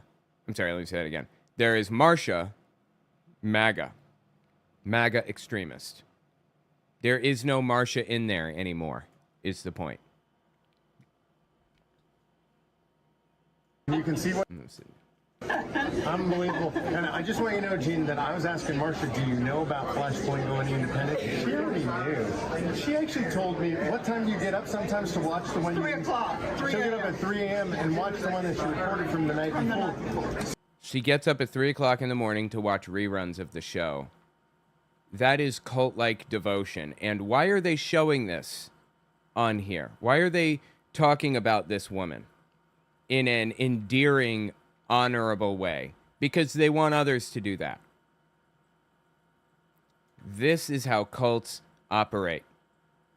Trying to force every last second of a person's attention out of them to give to the cult. You know, there's something called the attention economy, and YouTube and TikTok and Twitch and all of them, they operate off of the attention economy. The idea is this person can spend 10 minutes watching a YouTube video, or they can spend 10 minutes watching TikTok, and the goal is to keep them on YouTube the entire time. If I put links in my description and people click away to go to like my Patreon, YouTube has lost that attention and I'm penalized for it. That kind of deal. Not penalized like intentionally, or like they're not punishing me for like directing people elsewhere. It's just like if people click away from my videos in the middle of it, I lose attention. And Flashpoint is trying to encourage people to put all of their attention, everything in them, into Flashpoint. Everything. They should have no personality outside of MAGA and Flashpoint. I feel if I do anything or say anything, I encourage people to have their own personalities, right? And buy my merch. But my merch is not focused on my channel. It's just cute, funny little things, so. All right, just keep listening because it keeps going. It keeps, like, the whole first 5 minutes is absolutely insane cult shit. So she doesn't miss it. So this, I feel the same way, Gene. So, you know, me and Marsha, we love you. We are part of the Flashpoint. And we're so glad we're going to have more nights. Yes. There you go, Gene. So glad we're going to have more nights. So glad we're going to have more nights. Yes. There you go, Gene. I think originally the Flashpoint thing, the Flashpoint TV show, was supposed to be a temporary thing in 2020 to encourage people to to encourage people to vote for Donald Trump, basically. And Kenneth Copeland, I guess, chose to keep Flashpoint going because it was very popular. And like I said, this show is exclusively, entirely, 100% about how great Donald Trump is. There is nothing else outside of it. There's no substance to it. It's completely vapid, and the point is repeating propaganda lines. Mark, that was great. I mean, you did a great job producing that. I don't know how you did it, but that was great. Marcia, I love that. And yes, we are going to 4 nights starting June 13th. We will be 4 nights a week, Monday, Tuesday, Thursday, Friday. And we want to make sure you know that coming up. And of course, it won't be long before we're actually all the way to 5 nights a week sometime later in the year. I got to get. Yeah, I was going to tell you, Gene. Marcia was lobbying for Wednesday nights. She said, you know, we need Gene and the team every single night of the week on every weekday night of the week. So she was pretty excited about it. It was awesome being there in the Texas legislature. And like you said, I run into the Flashpoint Army pretty much everywhere I go. I love that they come find you. They come find you and hunt you down. You know, Hank has security. I mean, they're pretty experienced at finding people and hunting them down, to be fair. Pretty people that can't get to him. No, well, Gene, What? let me say this. I was up in Green Bay, Wisconsin. Oh, yeah, tell that the story. home of the America's team, which isn't Dallas. And no. Somebody cut that off. Stop, That's lies. Rick. This Fake is news. Rick. Fake news. All right, guys, America knows the truth. Now, let's move into the true point. I was up at the NFL draft in Green Bay. That's where they held it this year. Okay, Jesus Christ. All right, I'm gonna jump forward.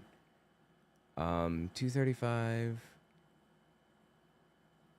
Check this one out. This is at 3 minutes, and apparently Gene Bailey reads a letter from a 91-year-old woman. Just jump forward a little bit. Where does he start reading? Here. Okay. And we've been reading all of this. It blesses us so much.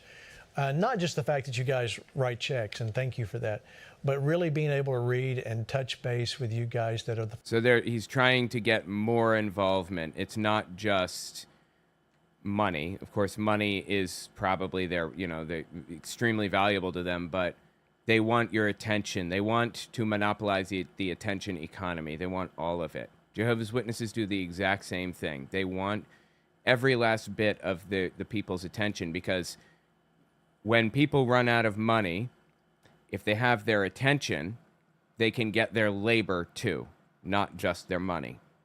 And that's how Jehovah's Witnesses operate, for example, fundamentally, is by using people's labor. They don't really push donations, Jehovah's Witnesses don't, not like other denominations. They do quick builds where a whole congregation constructs a kingdom hall in like a weekend. The first day, they're bringing the lumber onto the yard, and the last day, Friday, they're bringing the lumber onto the yard, and Monday, they're putting up the wallpaper, that kind of thing. They're very skilled at that. And Jehovah's Witnesses sell the old kingdom hall and put the money in their accounts. That's how Jehovah's Witnesses use the attention economy to their benefit. They don't need your money. That's why Flashpoint is doing what they're doing here.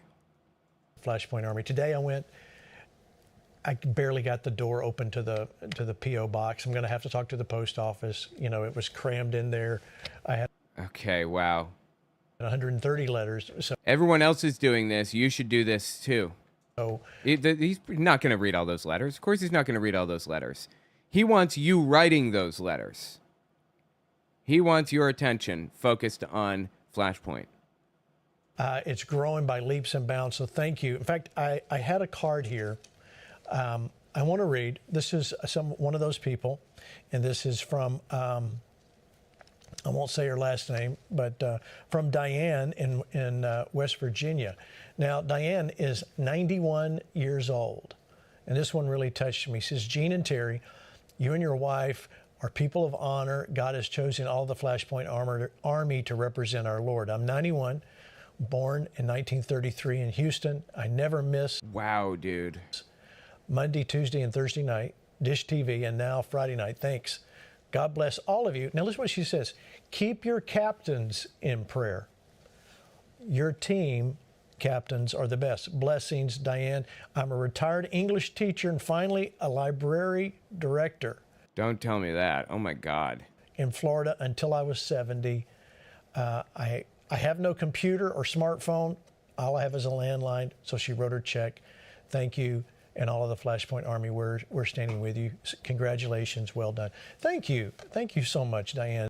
Trying to reinforce the attention economy, trying to reinforce how important it is. Like, this person who has very little of her life left is giving the last of it to Flashpoint. And what's even more grotesque and disturbing and disgusting about how Flashpoint is operating, how they're doing this, is they're making it a mandate from God.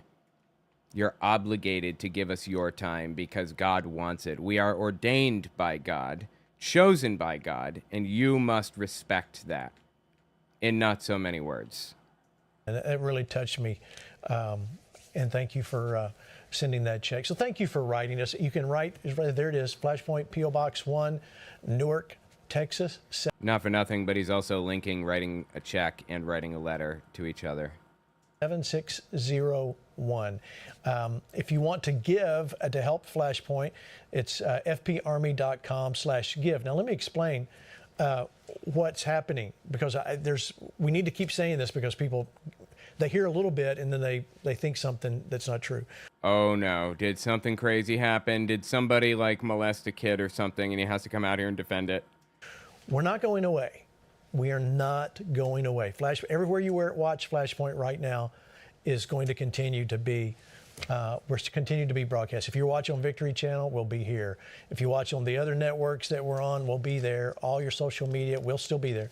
So that's not going away. The panelists, all of the panels, the guys on the panel have agreed to stay on and work with me as we continue to do these. But starting now, Tuesday is my last day here as a full-time employee. On Wednesday, I walk out onto this platform in Colorado with a huge bill to pay for the event, as well as no income. And, well... Wait, is he quitting? You guys know the story, but you guys have been just wonderful, and you guys have been very supportive. So I want you to understand, only thing that's changing is Flashpoint is no longer a production of the Victory Channel. It's a production of us, Gene Bailey and Terry. And wow, they're splitting off. That's fascinating. They must have bought it out. That is really interesting, actually. And we are the Flashpoint Army. So fparmy.com. It's still a nonprofit, 501c3. You can get... Shouldn't be. It is disgusting to me that these people can do literally whatever they want, endorse political candidates and everything, and continue to get their nonprofit status. Why are you a nonprofit? They're supposed to offer some public good. What public good are you offering? What are you doing for society that's beneficial to us exactly? Why are my tax dollars paying for your ass? I don't understand. Give to that for your tax-deductible donations. And I just want to say thank you. Thank you, thank you, thank you. What you guys are doing is so appreciated. If you want to text to give, we did add that since last week. You can text the code. I bet you didn't know this. The code is FLASH. Who'd have thought? The more vile part of this is they're registered as a religious organization. So not only are these people not paying a fucking dime in taxes, but they are uniquely not required to report all the information that regular nonprofits are required to report each year. There is pretty much zero transparency for churches. Why? Got me. Seems like there should be more transparency for churches because they're so easy to take advantage, because it's so easy to take advantage of people with them. The things that facilitate taking advantage of people should be the most transparent, right? Churches are the least transparent. Hang on, this is 736. And for the record, this is them saying there's no guaranteed income. We're going to need your help. Donate to us because we're going out on our own. We may not make it. This is just him trying to encourage them to donate more. See if there's anything else in here that's interesting.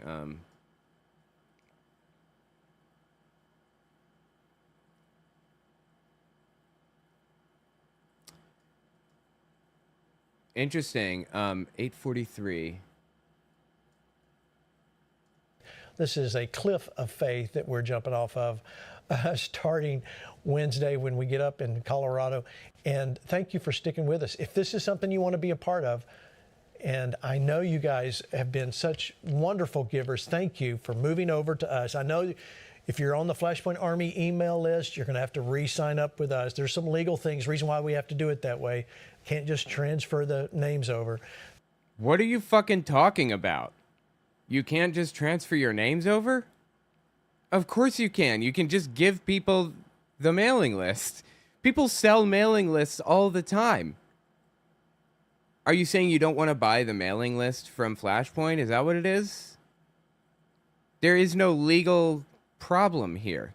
It's just like making this shit up. It's 9/11, and that was marked down as 8:43, so I'm about 30 seconds behind, give or take. 20, 30 seconds.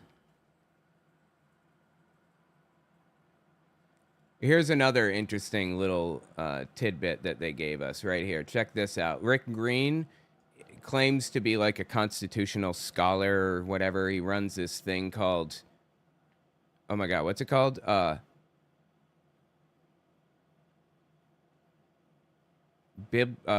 Biblical Civics, I think. He has a Biblical Civics thing. And the Biblical Civics thing that he runs basically tells a pseudo-history of the United States. Does not represent reality in any way, shape, or form. Talks about how the Founding Fathers were all Jesus freaks and all this other stuff. It's just made up trash.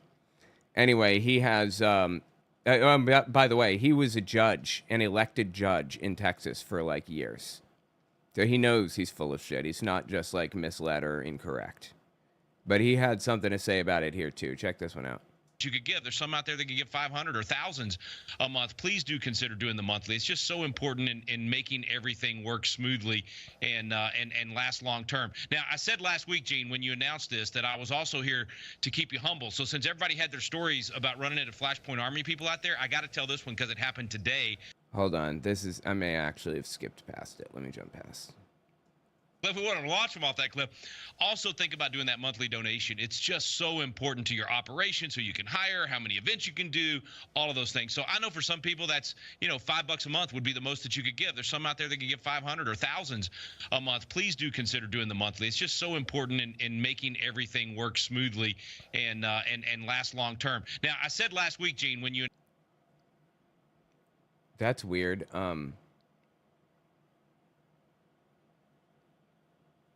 He didn't say what ChatGPT said he said. Maybe, wait, hang on.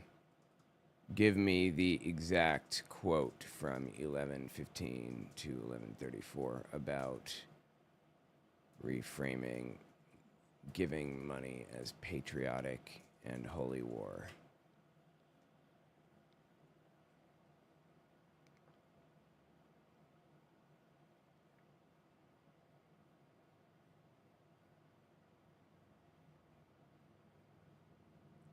Yeah, I must have missed it because that's not the quote at all. Hold on, let me find it. Know that you've got a certain amount coming in at least as the base every month. So all of you that are giving right now as a one-time gift to help Gene and Terry get launched, we want to launch them off that cliff. We don't want them to fall off the cliff. We want them to launch them off that cliff. Also think about doing that monthly donation. It's just so important to your Wait.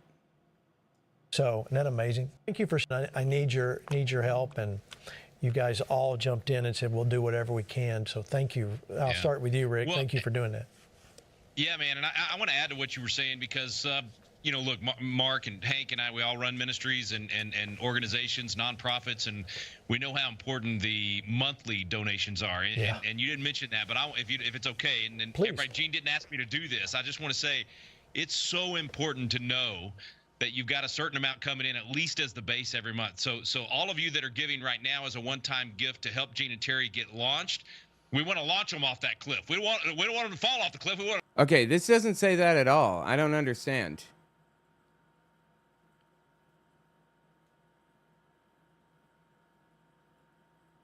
This is the spot right here. I'm like a minute and a half behind. Always to get involved and do things. But fortunes is a big part of it, and you could be like Robert Morris and the others from the founding era that had to John Hancock. They had to put up the money. Chaim Solomon. If they hadn't put up the money, Washington wouldn't have been able to go win those battles. And Gene Bailey is our George Washington, and he's the general leading us into battle. But somebody's got to pay for those musket balls and uniforms and everything else. So They've been talking about how they're entering into a war for a long time. I mean, these people on this show specifically, Gene Bailey, Rick Green, and all that, Hank Kunneman, they've been framing it like they're in a war forever since the start of the show. And it's just gotten more and more and more intense as time went on. They keep framing it as he's their George Washington, and they're literally about to fight like the Revolutionary War again and everything. Which kind of tracks based on the things that the cult has said elsewhere.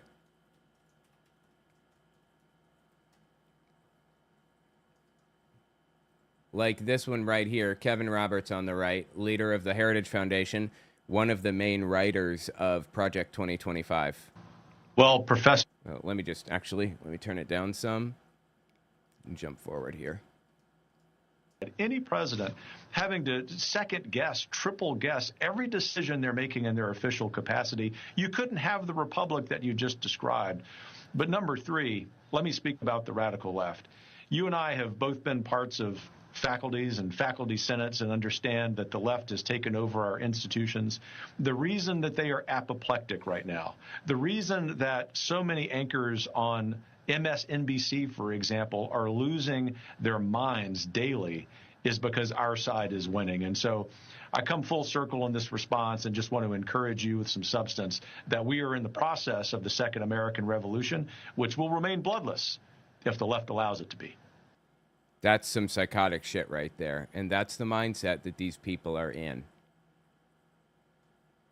I want their revolution that they started by their own definition to remain bloodless, but we have to fight metaphorically by getting bodies out in the streets to protest.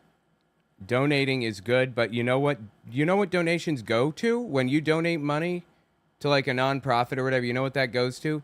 It goes to paying somebody to be one of the bodies in the streets.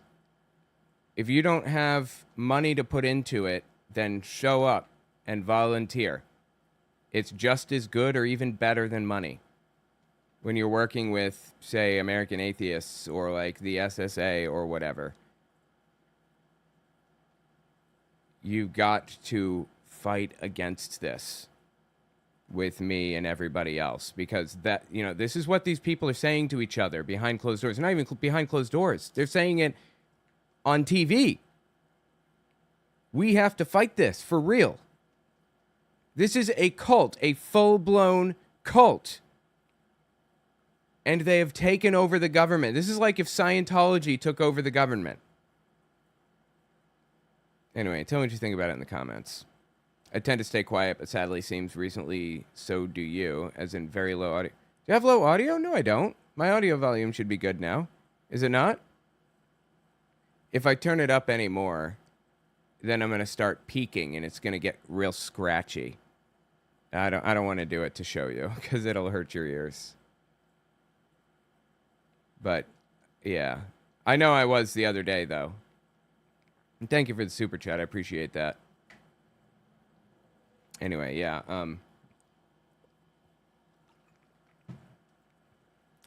So I was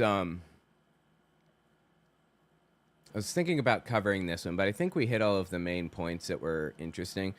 What about the second half? Is there anything interesting in that?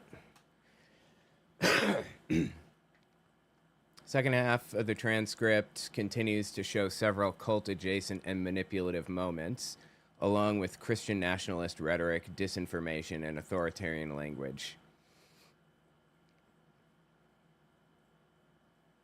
25:30 to 27. All right, interesting. let's jump to the second half of this and let's just like watch it through and see what they have to say here.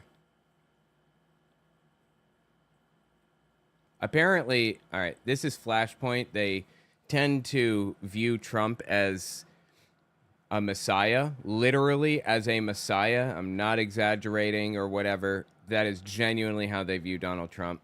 So I want to listen to these people and see what they have to say. About that later. I see Rick Green has decided to show up. Rick, welcome to the show. Hey, just for the record, I was listening to you guys, and I want to make sure everybody knows on the AI thing, it's true. They didn't AI Hank in, but Mark Meckler doesn't even really exist. He's an AI representation of me. That's actually, every time he's been on. It's These people are so fucking stupid, man. I'm sorry. They're just not funny. It's like, whatever. just my alter ego, and I'm like typing what he's going to say. It's pretty cool. It's really good technology, just so everybody knows. Hey, Rick, I just got to tell you, the good news is none of us are busy or important, so we don't mind waiting for you. It's all good. Ouch. Ouch. Yeah. You know, when people make jokes like this that are subtly like digs at each other, oftentimes this is like real. This is real unhappiness that they're displaying. It's kind of embarrassing. Ouch. I was trying. You know what? I'm going to tell you. It was a birthday party for my future daughter-in-law that caused me. So just so you know, I was scoring points with the daughter-in-law so that she'll still marry my son, who's too much like me, which, you know, is negative points. So I had to make up for that. So anyway, Except sorry. the birthday's next month, Rick. Nice try. The birthday is next month. So nice try. You know, I thought after I hosted for Gene, when I These people are so fucking weird, man. I'm sorry. was sitting in your chair, and I can't remember who it was. I don't know, it was Mark. I don't know who was late or close to being late, and not even close to being late. They were like, we still had 5 minutes, and I went, oh, I get it now. Now I understand why Gene wants me to not be late, because when you're hosting, you either know who's going to be. Anyway, I do understand. I just don't. I don't act on it. I don't perform any better. Yeah, you didn't learn the Sorry. lesson, though, obviously. Yeah, I didn't learn the lesson. That's right. I do love you, man. Well, we love you too, Rick. Glad you're here. Every Gay? No, I'm just kidding. week is a birthday with Rick because he's always. It's amazing how quick he comes up There with we go. reasons. Okay. Yeah. You know, the dog ate his homework also, Gene, so Yes, it might I not know. be. These people are not funny. Like, I'm not amused by this. This is just fucking stupid. I don't get it. Exactly. That's my point. Exactly.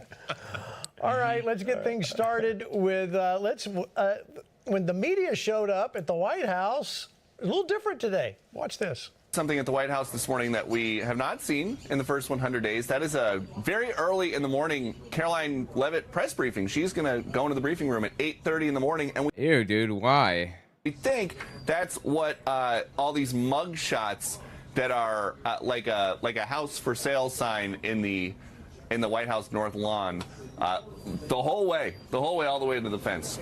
Yeah, this is disgusting. They put the pictures of people that they took to concentration camps. They put those pictures all over the White House lawn. That is fucking vile. And you know what's even more vile and disturbing than that? Let me lay it down for you. Hang on, let me find. I saved this video. Yeah, here we go. This is it. This is yeah,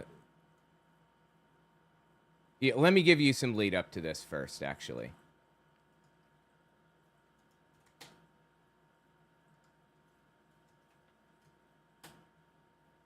And you know what? Actually, I think I'm going to make this. I'm thinking I'm going to make this like an actual video, maybe. Let me just check my timestamp on this and see. 2:19:32. Okay. All right. I don't really want to bury the lead, but I think I kind of have to.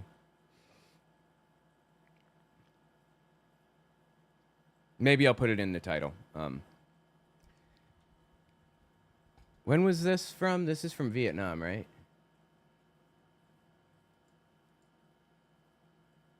I'm just checking here. Yeah.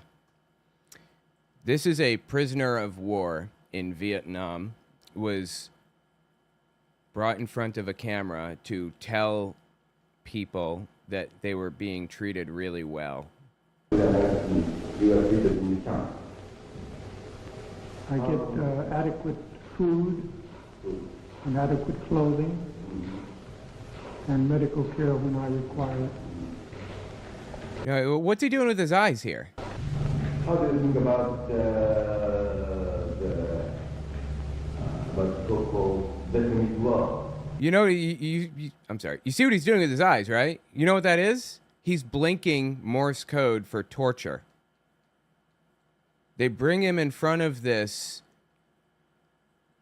camera, with this like medical guy, to tell the world they're being treated very well. The North Vietnamese are very kind and they're really good to him, and prisoners of war are treated well. And he blinks torture in Morse code to the camera. Now that I've now take a look at this video that I found here. This is detainees at an immigration center in Texas spelling out SOS to the world. SOS. Nobody has ever done this before, like in this Texas immigration center. This has never happened.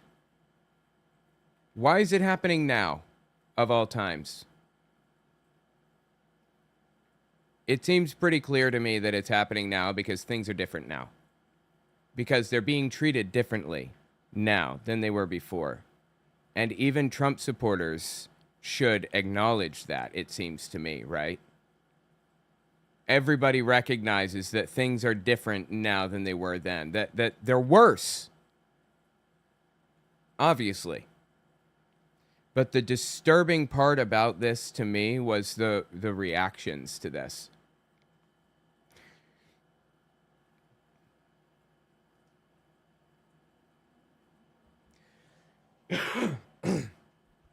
Hang on.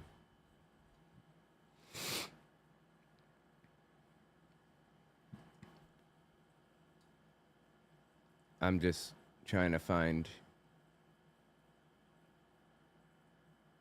I'm just looking for specific... I was looking through this morning, and it was like a really popular bit.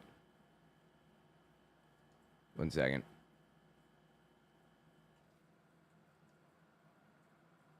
Damn it, I'm just looking for...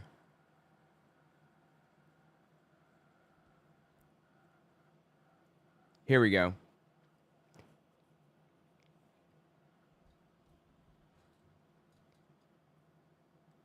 Here's where it starts right here. Save our souls from having to return to our leftist countries.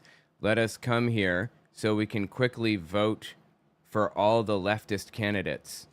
Undocumented immigrants can't vote in federal elections. What are you talking about? It takes 7 years before they can vote. It takes 7 years before they can vote. 7 years of going through the process to become a United States citizen. Please let us do this so we can vote before learning the language, the customs, before understanding the Constitution. Mind you, critical soul, you have never read it either. What? And therefore ruin your country the way our people ruined our own, so one day you too can stand and make the SOS sign while all wonder what the hell happened.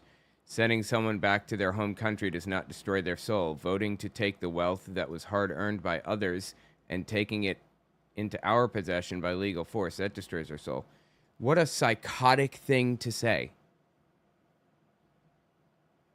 What is broken with these people? What broke in their minds that this is how they react to this now? What the fuck?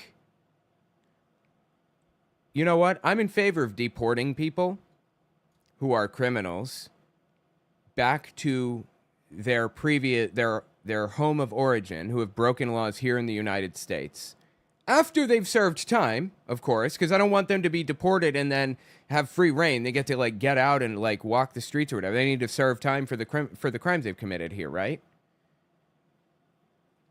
But what's happening is not but what's happening right now, God, I'm going to get it out. But what's happening right now is not deportation. They're renditioning them to concentration camps in Guantanamo Bay and in El Salvador. And aside from that, the people that they're renditioning have no criminal records. No records at all. They're just normal human beings. They've never broken any laws. Nothing. We have hard evidence of people who have not committed a single crime, did nothing wrong. They were even documented in the United States. Permanent residents, or they were going through the asylum process, which is a legal, documented process. We have evidence that those people are in the concentration camp in El Salvador. But what these people are doing here, these SOS people, this is a clear indication that something really, really fucking disturbing is happening in this Texas immigration center.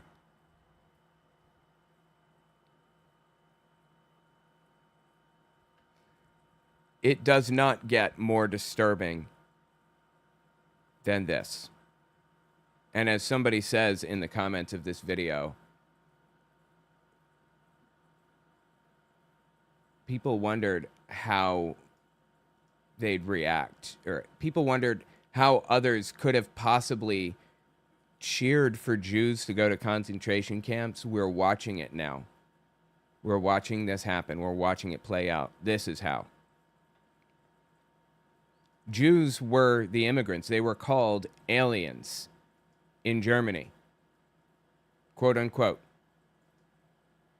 They said they need to make Germany great again. They need to make it Germany for Germans. Germany first. Pure-blooded Germans should live in Germany, not immigrants. That's what it was about. And it happened in exactly this same way. If somebody's throwing up an SOS sign, like as a group, shouldn't we be looking into it at least? Instead of saying on Reddit, comparing this to what happened to Jews is a pretty big leap, dude, and pretty disrespectful to those who suffered during the Holocaust. How's it a leap? What's the leap? It's identical in every single way to what happened to the Jews in 1933 to 1935 when they started rounding them up in the first place. There is no leap here. Trump administration, SOS is a pseudonym for MS-13. Okay, yeah. Hold on. Just looking here. There were some others. LOL. This guy says LOL in response to SOS. Please save us from the consequences of our actions. What actions? These people are, by and large, legal immigrants. There are no crimes. Ready, aim. This dude wants to kill them all. If this is not identical to what happened in Germany, I don't know what is. I honestly did not expect the U.S. population to be so ready to literally round people up and murder them en masse. I thought that there was a line somewhere in here, but there doesn't appear to be. Who gives a fuck, says this person. Lol, criminals. Sounds like they want to go back to the countries they came from and not get held in an immigration center. I agree. Send them back. Why are we holding them? I mean, you obviously have to hold them temporarily before they can be sent anywhere, but they're being sent to concentration camps. They're not being sent to their home countries. And even so, their home countries are dangerous. That's why they left, because they're going to get fucking killed if they stay there. Were there victims spelling out SOS too? What fucking victims? What victims? Point to them. Which ones have victims on their hands? You know why I say that? You know why I say which victims? Because we have no fucking clue, because they haven't had due process. We haven't sent them through the court system. We have no idea if there even are victims. We don't know if they've committed crimes, because they're not being given due process. And now we have imagery of these people, no evidence of crimes or anything, throwing up SOS signs. What is wrong with Trump supporters? They are broken inside. I used to feel that the way that we were going to dig our way out of this was to go person to person on a family basis and on a church basis and talk to our family members who are Trump supporters and try to talk, like, convince them what they're doing is wrong and show them all this wrong stuff that's happened throughout society and everything. But I think I don't think that's the solution anymore. I don't think we're going to be able to do that. Watching people literally root for them to be shot down for throwing up an SOS sign. Rooting for it to literally become a death camp. I think we're going to have to do what Germany did, or, well, what the United States did after World War II. Denazification efforts. I don't see a way out of this without denazifying, fully denazifying.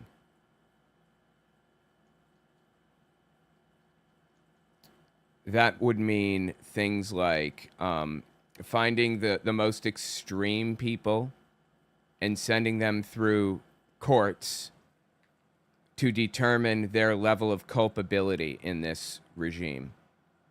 How responsible were they for this? Was their membership in MAGA nominal? Were they just doing it to, like, get along and not be attacked?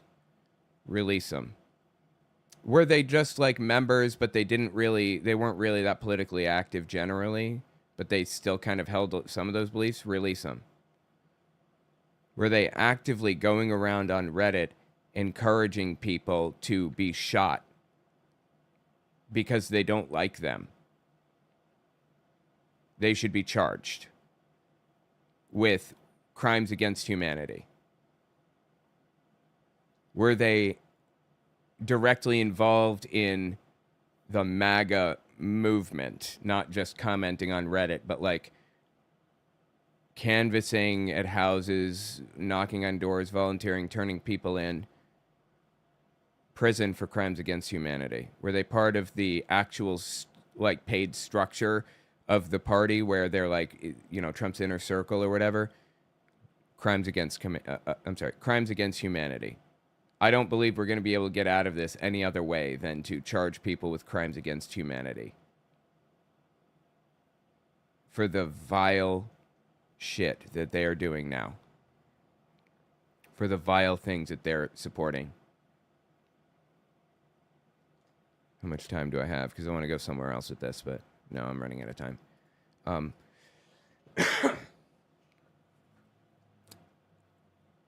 Sounds like they want to go back to the countries they came from. They're the type of people to believe convicts are innocent because they say so. Consequences have actions. More news at 11. Please save us from our actions. Oh, did I downvote that?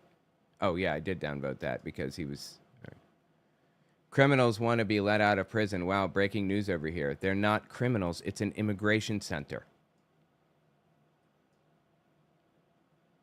You do the hokey pokey and you turn yourself around. That's what it's all about. What the fuck does that mean? Don't illegally break and enter then. That's not what happened.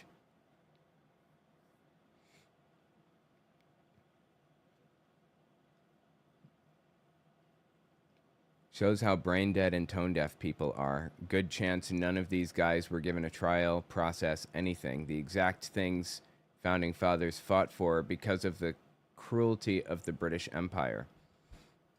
Recently, I'm sure you saw on the news of a man who was here perfectly legally through asylum, but got picked up anyway and sent away. Even the Trump administration admitted it was a mistake, but they didn't do anything. I wonder how these men got placed in that prison. They could be citizens, residents, naturalized men. Deportations happen all the time, a lot under Biden. But those were given trials. These were not.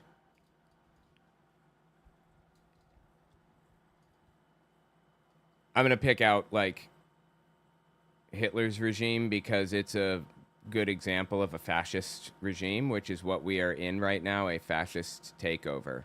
So, regarding fascist takeovers, the last one that took place had to be Hitler refused, or the most famous one to take place, I guess. Hitler refused to let go, and it was obvious. Like, he tried to take over Europe, and when he failed, Russia and the United States and the UK and everybody, they started pushing in on Germany, and it was going to destroy Germany. And he could see that happening. He could see it coming.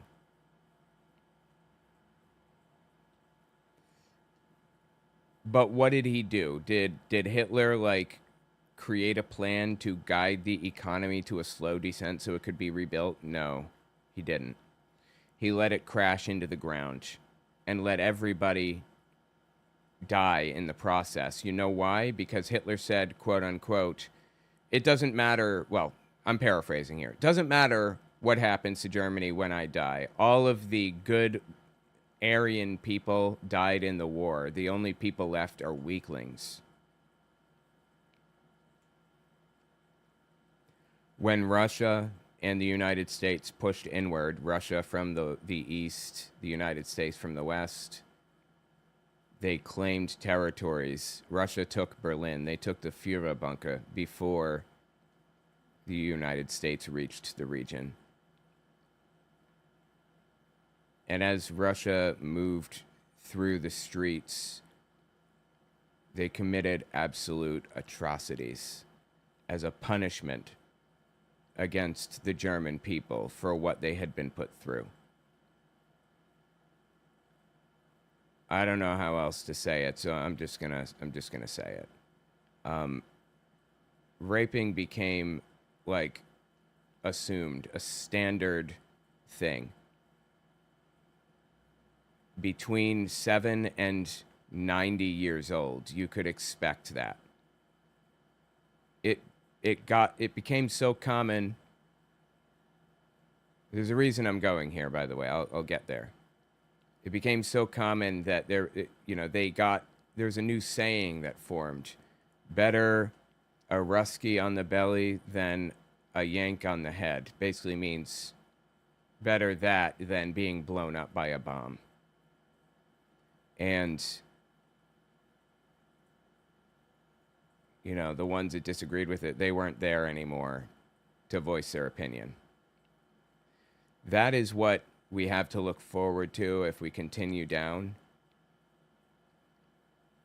this fascist pit that we're going down. They say every human rights abuse that a country commits always finds its way back home. And we're seeing that now.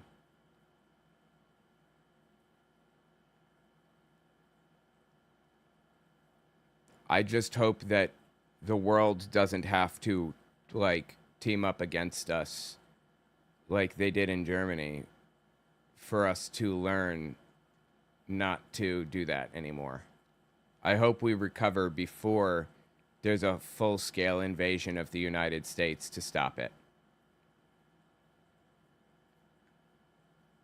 But I don't know. I guess we'll see, right? Either way, I can tell you this. I will... If they send me through one of those courts to determine my level of compliance, I will not be found wanting. They will see exactly how I felt if I'm still around by the end of this. I mean, I know it may sound like I'm being hyperbolic. I am not. This is real, okay? I studied Nazi Germany. I wrote a book about it. This is fucking real.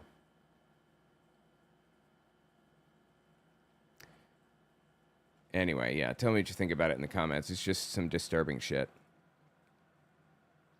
For the record, I don't think the U.S. is going to face full-scale invasion, but I don't discount the idea completely. I think it's feasible in 10 years or something. But Germany got, whipped into shape pretty quickly. Germany No one expected to have to invade Germany, but, you know, they did, so. Anyway, all right, well, let's continue watching something. That is some disturbing shit right there. I need to download this. Download.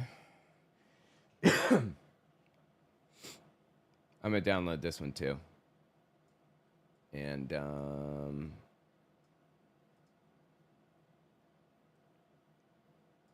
I was going to watch Flashpoint, but you know what? Let's watch one of these.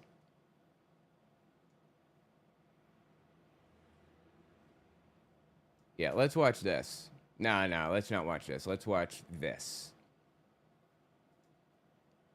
This dude is heliocentric. He's really entertaining. He's been doing a lot of stuff recently about Jehovah's Witnesses. He went to a memorial service. He's never been affiliated with Jehovah's Witnesses. I want to see what he had to say about the memorial, and we'll talk about what it is in a minute.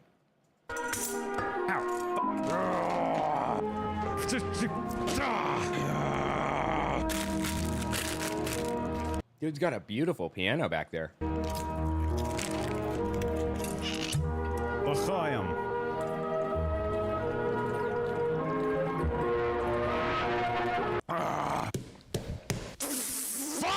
Welcome back, ladies and gentlemen, to another thrilling episode of Atheist Mother Dang Church Audit. My name is Jared, I'm an atheist, and tonight I celebrated a memorial service of the death of our Lord with our friends, the Jehovah's Witnesses. And I don't usually get to partake of the Eucharist whenever I go into any of the churches that I go into. Right, Eucharist is the emblems, right, or whatever, like the cracker and the juice, I think, if I'm not mistaken. Jehovah's Witnesses do not eat those things or drink those things. Only 144,000 Jehovah's Witnesses throughout history, of whom there are a few thousand around today. I've seen it happen once, but it's very, very rare that you'll see a Jehovah's Witness drink the wine and eat the crackers.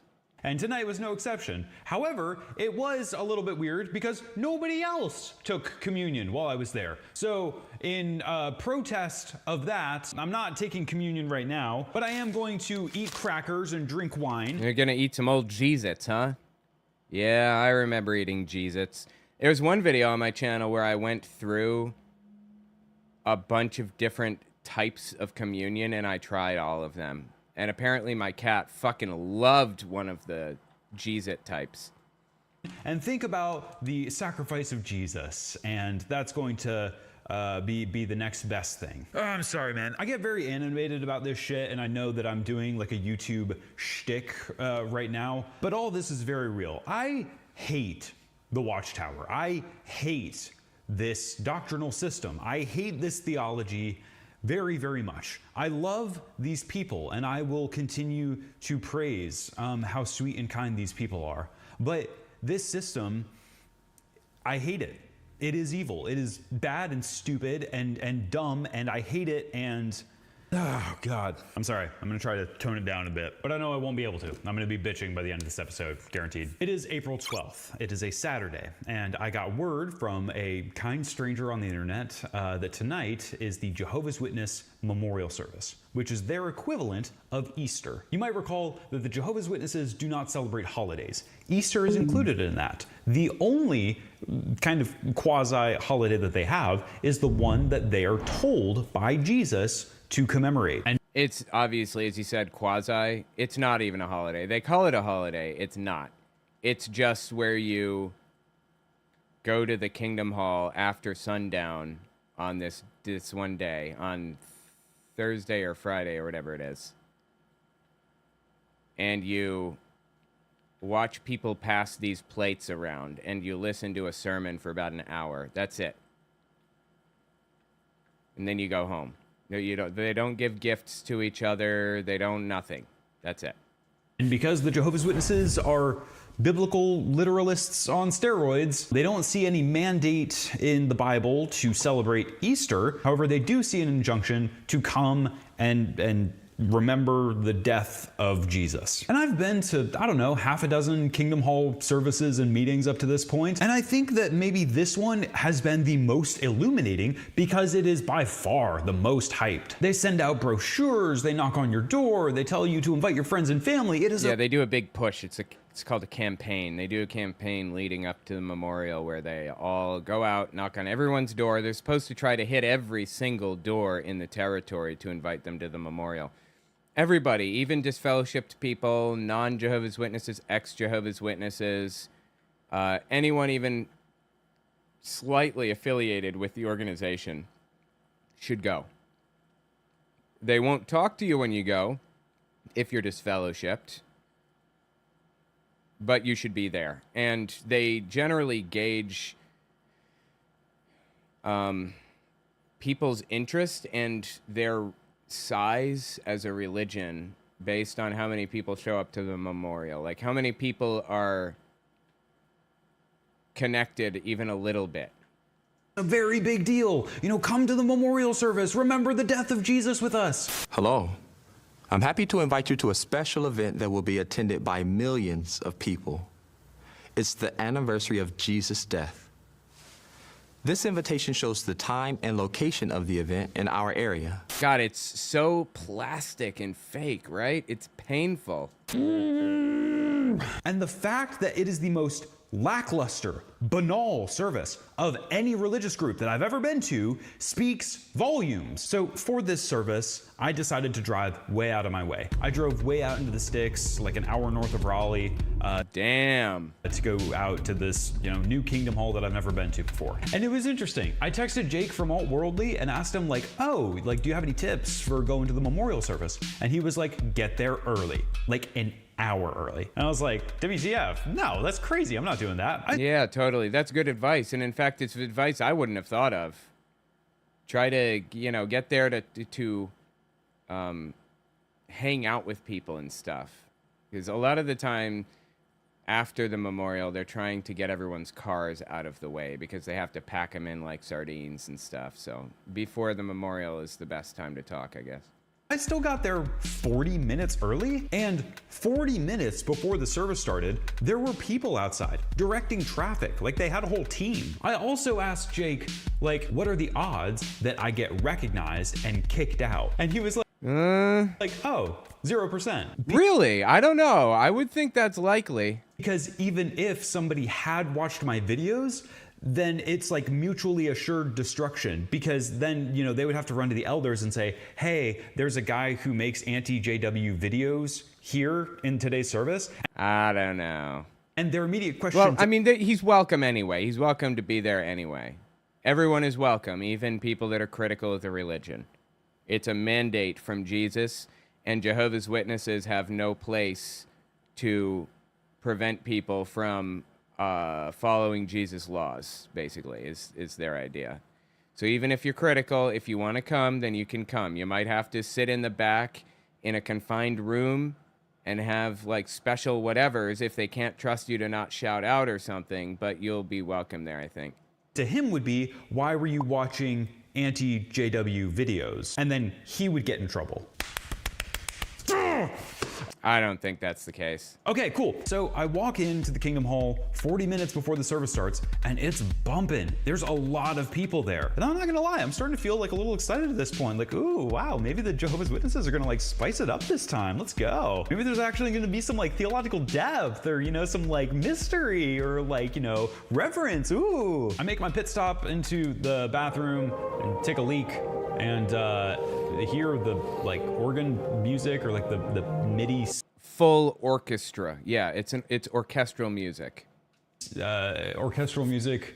It's still bad, man. It's still just bad. What is good is that this Kingdom Hall, like every other that I've been to, is filled with kind people. And I know that my ex-JW friends will come out of the woodwork and be very quick to point out, hey, this is love bombing. They're coached on how to do this. And no. They're super nice. I agree. I think that they're good people. Uniquely in Christianity, by and large, they're good people not because they fear going to hell. but because because they want to be good people, because they believe that it's virtuous to be a good person. Like, they will care about people for the sake of it. You put money on a table, or you put your wallet down on a table, got money in it. You don't have to count the money to know that they're not going to take it. They're not going to take any of it. They're not doing it out of fear. They're doing it because they really believe that's the thing to do. So, yeah, there is a love bombing aspect to it, absolutely, especially at the Kingdom Hall. But not entirely. I agree with Heliocentric here. Even still, it just, I don't know. I'm got by it every time. Like, as a person who, his whole shtick is visiting cults, I'm still susceptible to it. And even knowing how sinister some elements of this cult are, it's still difficult for me to villainize these people who are shaking my hand and asking me about my backstory. I don't think they're villains. I don't believe Jehovah's Witnesses are villains. I believe the governing body and the organizational hierarchy are villains. And you know what? Even those people are true believers by and large. It's just that they're doing, like, villainous, evil shit, hurting people for no reason is my problem.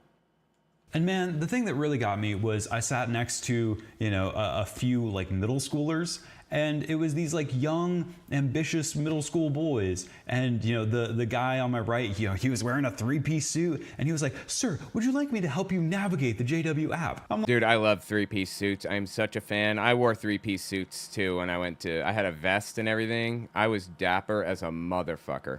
Like, Jamal, you sweetheart, yeah. And there was a part of me that felt like, man, this is actually like so sweet.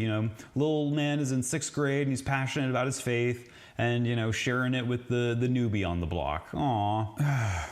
Anyways, I'm there at night for the memorial. I mean, when you really think about it, in the cold light of day, that's really fucked up though, isn't it? That they have 6-year-olds so invested in this whole thing that they're going around, they already know exactly what to say and what to do, how to help outsiders and everything to try to drag them into the religion. Like, Jesus fucking Christ, man. Memorial service. And the ugliness of the Kingdom Hall is especially accentuated tonight because it's an evening service. It's already past sunset. So it's night outside, and inside the Kingdom Hall, the harsh fluorescent lighting overhead just makes you feel like you're in an insane asylum. I feel like I'm a frog on a dissection table when I walk into a Kingdom Hall, especially at night. Like, I'm literally staring into my key light right now, and I feel like that's doing less damage to my circadian rhythm than the overhead lighting in a Kingdom Hall. Oh, and you know what? I'm going to put this closer to the beginning because I find it fascinating. Sometimes it's a mandate to pass the wine around, pass the bread around, to quote unquote observe, Jesus' death or whatever. If you don't have anybody to pass it around with, then you need to make it or buy it and set it on a plate and in a cup for a few minutes and sit there and meditate on God with it in front of you. Everybody, every single person, everyone, including people in prison. And that's where it gets fascinating. I know you're asking yourself, how does somebody in prison do this? And there's an answer. Do they have to use toilet wine? The answer is yes. Possibly. Juice, like grape juice and bread, will suffice. Basically, it's best efforts. They expect your best efforts. Well, let me rephrase. Jesus expects your best efforts. If those efforts weren't best enough, then, that may be it. Lights out for you at the end. But by and large, they kind of promote this idea that God respects our best efforts. He'll only put us through what we can bear, so on and so forth. So people may choose to get toilet wine, actually, in prison. They were faced with this conundrum in World War II, in concentration camps, and in other, there are, it's always happening basically all around the world. So it's at about that time that the meeting starts. They start with a warm introduction and then jump straight into the song. A single, solitary song. And to my surprise, it was actually a pretty banging cover of some Newsboys. We believe in God. No, it is not. The Father. I'm kidding, obviously. It was terrible. So then after the music, they gave the talk, the holy grail of this whole thing. And to set the stage for this, like they've been preparing for months. The memorial of Jesus' death. It's their one holiday. Sound the alarm, ring the bell, get everyone in the neighborhood to come down. Frickin' bribe people if you have to. Just get everyone here for this. Yep, that's pretty much it. Super important service. And the service is literally not a service. It's not like, it's like not a sermon. It's a systematic theology on their stupid doctrine on how nobody should be taking the communion that they're about to present. So rather than emphasize... The reason they do that is because they know they have people there that they won't see again for the rest of the year or whatever. And now is their opportunity to try to get them, to convince them to come back and everything. So they're trying to describe to the audience how super regular they are and how they're not odd at all, and they're totally not a cult, and they're just loving Jesus like a young boy should, that type of deal. And stress the beauty of the incarnation. They don't believe in the incarnation because they don't believe that Jesus is God. But rather than stress the beauty of Christ's sacrifice and his unending love for us and the grace of God, none of that is there. Instead, it is turn to this verse, we read it. Now keep that in the back of your mind. Now turn to this verse. Yep, that's how they do it. I found that I do structure my videos in a similar way. I don't script my stuff, but, I will, kind of construct what I want it to be about, on the fly. And I'll say, now keep that in the back of your head for a minute. That's funny. I never thought about that. Fascinating. Now turn to this verse. Doesn't that sound a lot like the previous verse? They treat the Bible as though it is a legal document, and they use the individual passages that they're reading from like points in a syllogism. Hebrews chapter 3, verse 11.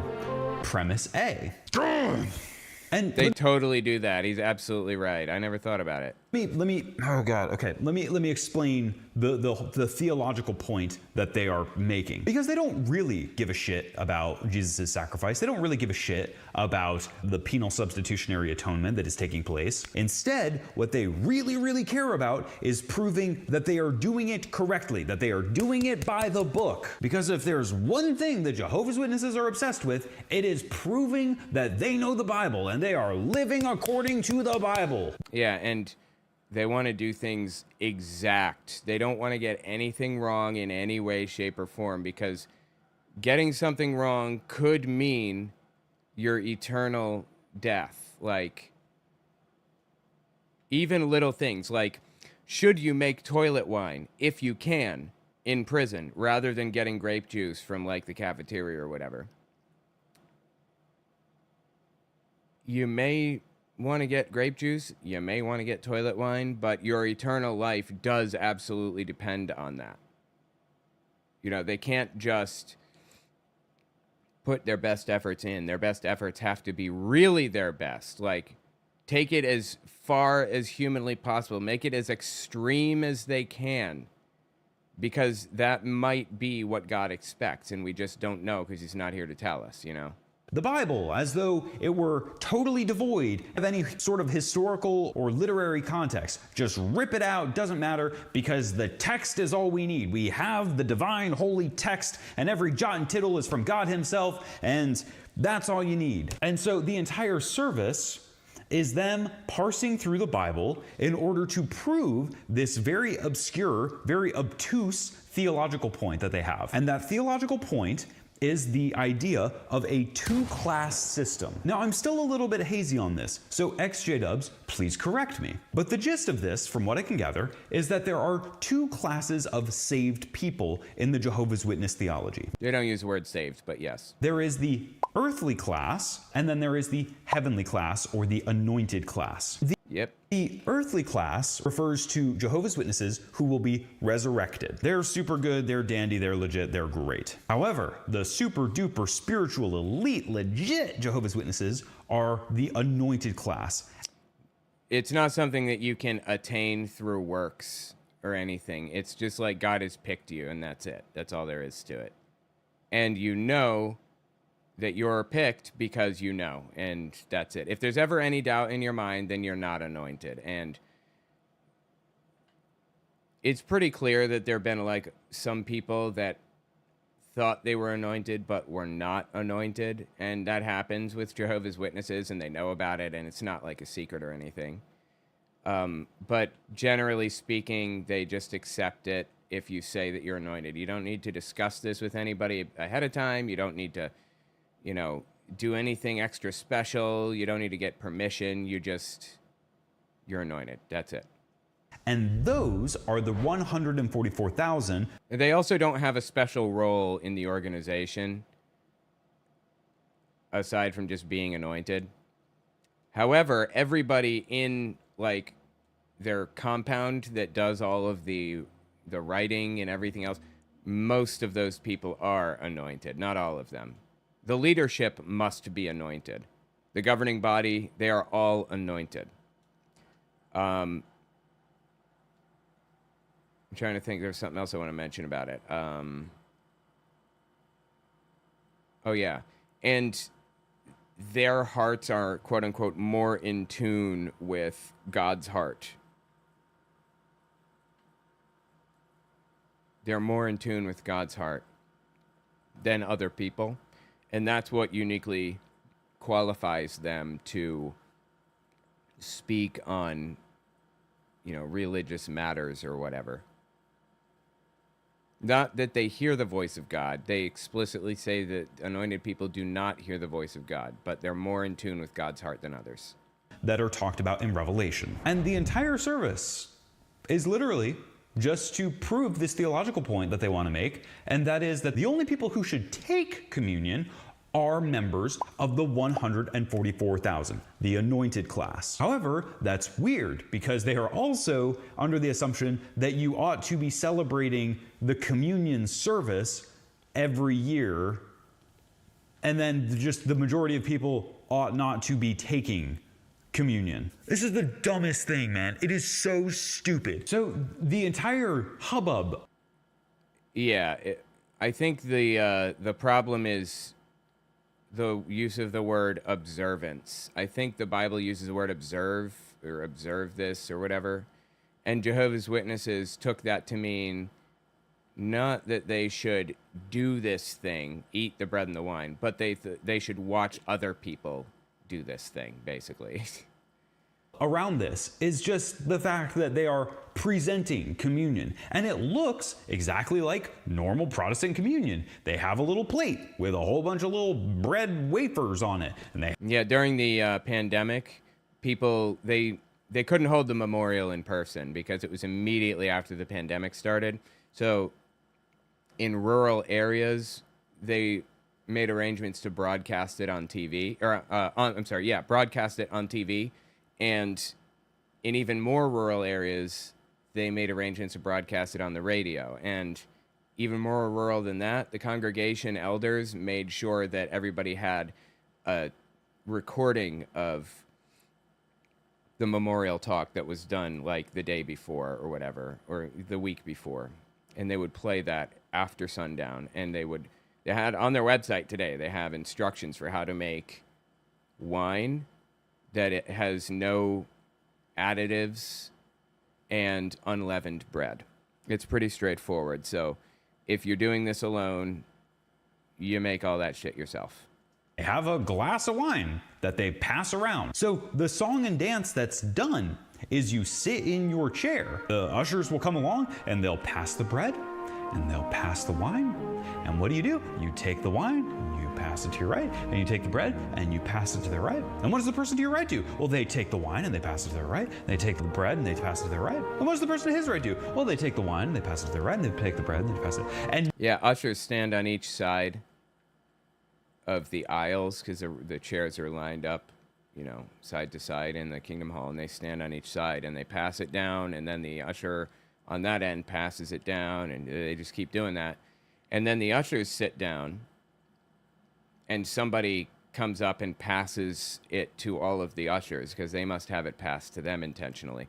Basically giving everybody an opportunity to eat of the bread and drink from the wine if they're anointed. Everyone needs that opportunity no matter what. Same with the elder at the, on the stage. He is given an opportunity to eat it by having it passed to him and then passing it back. nobody takes communion. Because the only people who are allowed to take communion are members of the 144,000. And who are the members of the 144,000? Well, nobody knows, the people probably know. Fascinatingly, you can look at statistics. Hang on.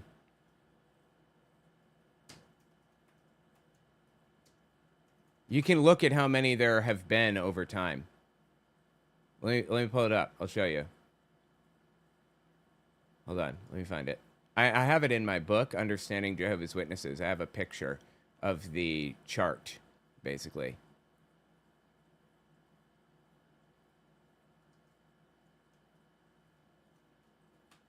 I really want to find it. Where the hell is the graph? I know I have a graph here. Hold up.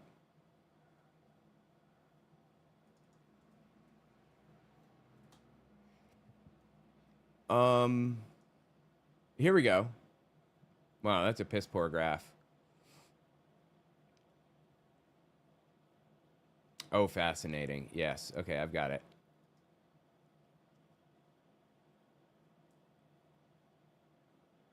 I got 2014. I want to find... Yes. Yes, okay.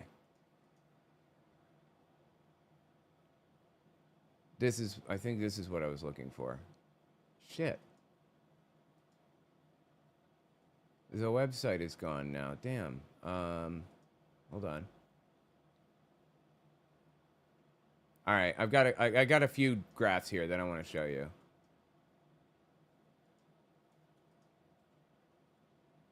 Let me just pull this up. Okay. So it's split into sections here. Wait. Here you go. Memorial partakers since 1948. If you look real closely here, there's a dip here.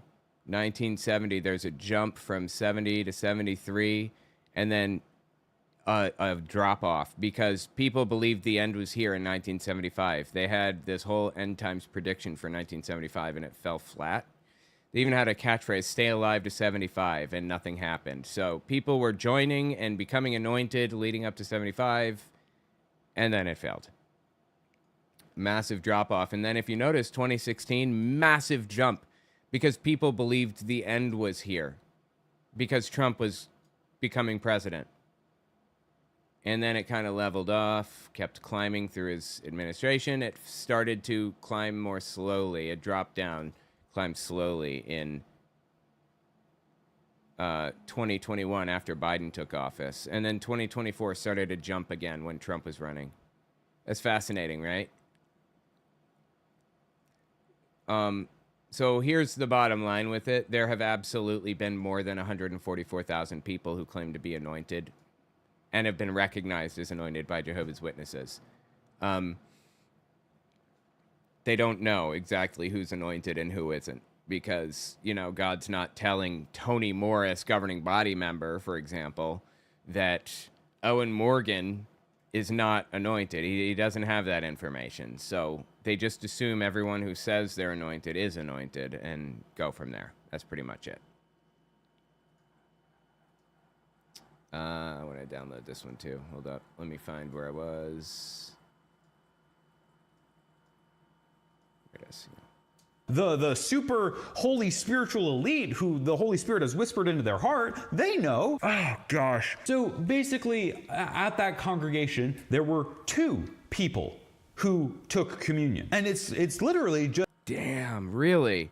Like I said, I've only ever seen that a total of once, and I was like 6. It's some dude who's like, yeah, no, I think that's me. So the distinction between the 144,000 and the earthly class are that the 144,000 are going to be those who rule and reign with Christ. You know, they're the spiritual elites. They're going to be raptured to heaven when the end comes, and they're going to be given heaven swords, and they're going to cut people down. They're going to come back to earth during Armageddon and cut people down, basically, that they didn't like.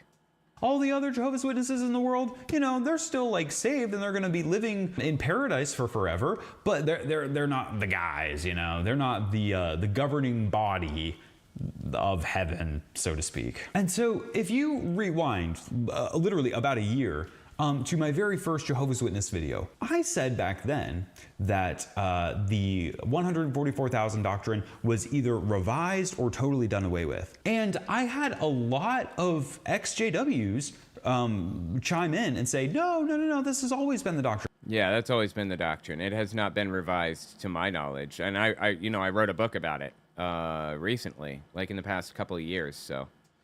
And I was right. So to be fair to them as well, this has been the doctrine for years and years and years and years and years. However, it was not always the Watchtower's doctrine. Oh, you're talking about like yeah, okay. You're talking about like in 1920, yeah. But it's been their doctrine since like 1975 I think it changed under Joseph Rutherford in the 30s, in the 30s. Essentially, here's what happened. When Charles Taze Russell came on the scene in the 1800s, he was going around preaching that there was only going to be 144,000 people saved. And him and all, 6 of his buddies were like, yeah, only 144,000. You said it, preacher. And then, the years went on and they gathered more and more members. And then, oh, shit, boss, we have like 2 million members. Fuck, what do we do? Shit, fuck. And so they came up. That's funny. I like it. With this theology in order to account for their rapidly growing numbers. They had a 2-tier system implemented so that they didn't say, like, the majority of our congregants aren't actually going to go to heaven. And then the same thing with this very bizarre communion service. This wasn't always how it was for decades. I thought he meant I thought he meant it changed in the past, 30 years. No, this is it's always how it's been for Jehovah's Witnesses. Before Jehovah's Witnesses, before 1933 or so, they were called the Bible students. And it's not a distinction, it's not a meaningless distinction. It was a religious split, like the Protestant split. There was a power struggle. They lost 1/7 of their membership total. A new leader formed and ran the Bible students as a new organization. Rutherford did a hostile takeover of the organization owned by the Bible students, the Watchtower Society. He did a hostile takeover of it and renamed it Jehovah's Witnesses, and the Bible students had to form a new organization. And they did. So Bible students had different beliefs about it under Charles Taze Russell than Jehovah's Witnesses do under Joseph Rutherford. So I guess we're both right. They just took communion like other Protestant Christians. But then Judge Rutherford in the 1930s presents this idea at a convention and basically says, hey, there's a two-tier system now. And even though everyone has been taking communion, from now on, the only people who get to take communion are the spiritually elite, the anointed ones. And of course, the Watchtower has greatly suppressed this literature. But the basic gist of it is that the only people who can take communion now are those of the 144,000 class. And how do you know if you're a part of the 144,000? You just have kind of a gut feeling.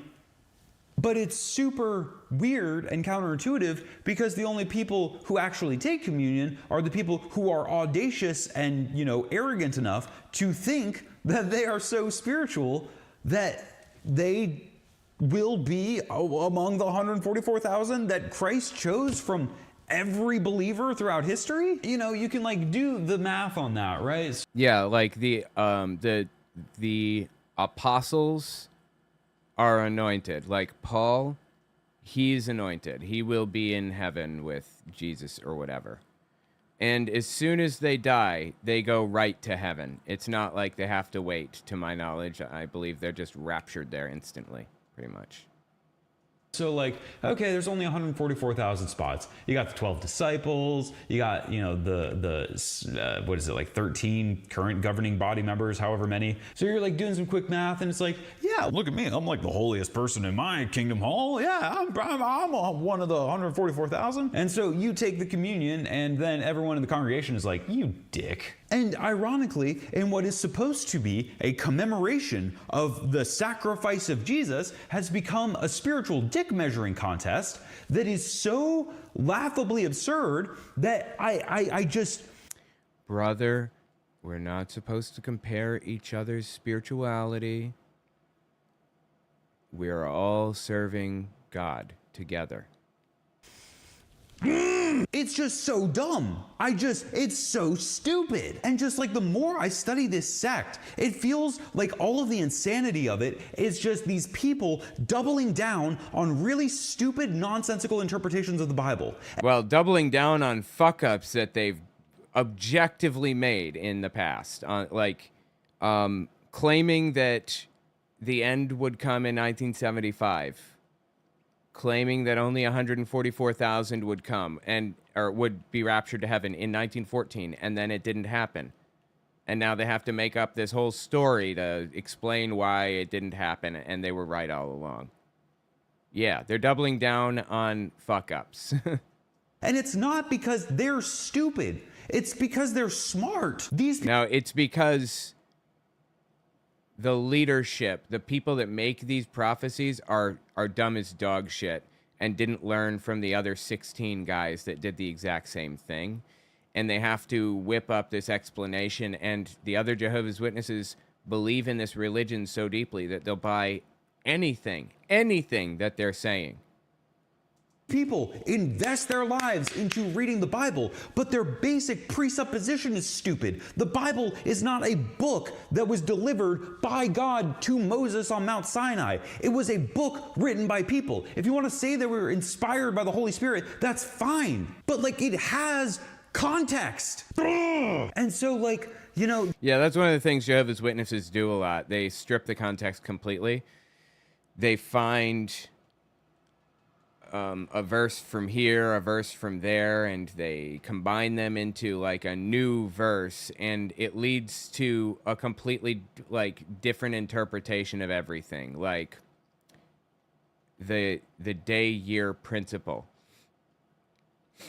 They believe that the book of Numbers says a day is as a year in the perception of God or whatever. And they use that verse to justify a belief that some verse in the book of Daniel says that 2,300 days will pass before the temple, blah, blah, blah.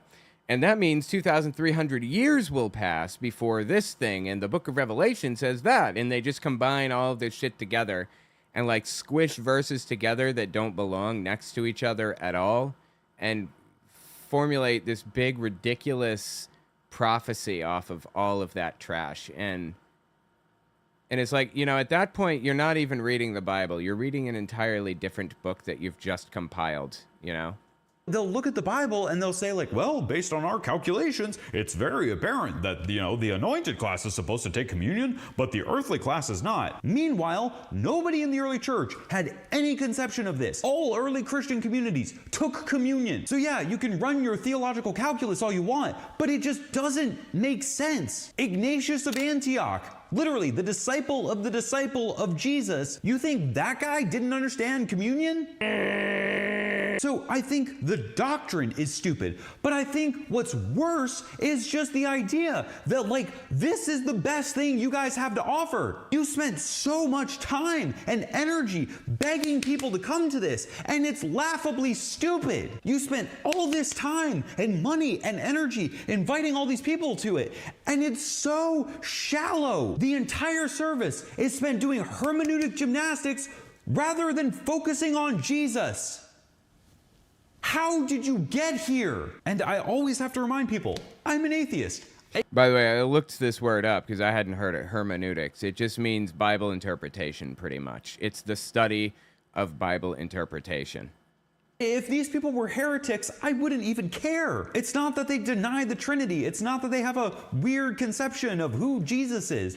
It's that nothing about this is good or deep or rich or theologically meaningful. It's as deep as a mud puddle and rich as tree bark. And I spent the entire service looking around at these people. And I'm sitting next to my new friend, this new, young, ambitious sixth grader, and he Jesus, dude. Keeps, nudging me on the shoulder, and he's like, yeah, look at this verse, isn't it awesome? And I'm looking out on all these other people, and, they are so polite, and they're kind, and they're sitting down, and they're paying perfect attention to the speaker. They're not scrolling on their phones. They're not distracted. Oh, that is super forbidden. Never, ever pull your phone out at a meeting unless you're looking at a Bible verse on the app or something. They're not, counting sheep in their head. They are listening and attentive. I don't know. I counted sheep in my head pretty often. And when that happened, from time to time, I fall asleep, and my dad would draw, mustaches on my face. He got in some deep shit for that one. And I know that outside the Kingdom Hall, they are barred from the vast majority of entertainment. They don't really watch movies. They don't listen to secular music. Video games are kind of taboo. Hell, even sports can become an idol. You got to keep that on check. They are so spiritually deprived that... Bro, I knew a guy named Barry who was an artist, and he sold paintings before becoming a Jehovah's Witness. Beautiful paintings. He was very, very skilled. Had a degree in it, and was teaching people and stuff. And he quit art entirely. Refused to draw. When they were in the when they were in field service and door knocking, on occasion you would need to draw a little map for somebody to show them which houses they wanted him to go to. He wouldn't even do that because he didn't want to get pulled into art. And again, he loved it so much that he put it above Jehovah. He felt it is so deeply sad, dude. These people cannot just live their lives and be normal human beings. It's constantly about Jehovah. That this sermon, which honestly sounds more like a bar exam than an actual edifying homily, is somehow emotionally and spiritually edifying to them. And it's crazy to me. I know in actuality, behind closed doors, they're reprimanded if they don't pay attention. But ultimately, it's they're not able to have fun or enjoyment or satisfaction outside the church. And then inside the church, this is all they get. And it's a test of will. Are you going to be willing to live an absolutely miserable life until the end of your days for the possibility of making it into the new system? It could come at any second, so it's not like you can, worship or just do whatever you want now and then worship God when the end comes. It could come now for all you know, and then you're kind of effed in the A, if you will. It's so sad. It is so incredibly sad.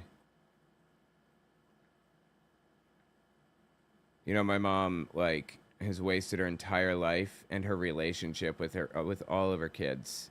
Wasted it on Jehovah's Witnesses. On and off, back and forth. Am I going to talk to them? Am I not going to talk to them? And, you know, that shit destroyed my connection to her. Because she wouldn't just, like... You know, I'd be talking to her and we'd be fine. And then out of nowhere, suddenly, she would refuse to respond to my text messages or my phone calls or anything for like 6 months. Or even a year or longer. Because she suddenly got a bout of spirituality. Decided she wanted to be a quote-unquote good person again. And being a good person necessitates cutting me off. Cutting me out of her life entirely. Last time I spoke to my mom, well, time before last I spoke to her, I said I didn't want to talk to her again ever. Because this on and off shit is too much for me. I'm cutting the tie now. I'm done. I don't want to see her again ever. And, like,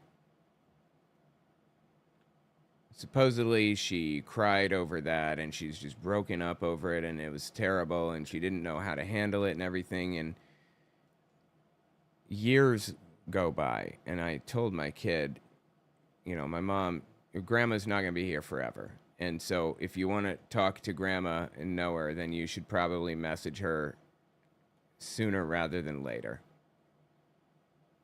I don't have any interest in doing it, but if you want to, then you should. So my kid messages my mom and, you know, they meet up and hang out with each other, whatever. And my mom keeps pushing to talk to me again. She says, can I have your address? He used to love, like, maple candy. I want to send him some maple candy. And she'd say, you know, she would come to New York City. She'd be like, I'm right outside your house. Will you come down and talk to me? And she'd tell me how sorry she is and everything. And I said, okay. So I went down and I talked to her. It's the first time in like 5 years or something. I decided to talk to her. So sit down and we just chat about whatever. And as I'm walking away, she says, so you're going to talk to me again? And I said, are you going to shun me? And she says, we don't use that word. And I said, well, I do. As long as you don't shun me, then yeah, I'll talk to you.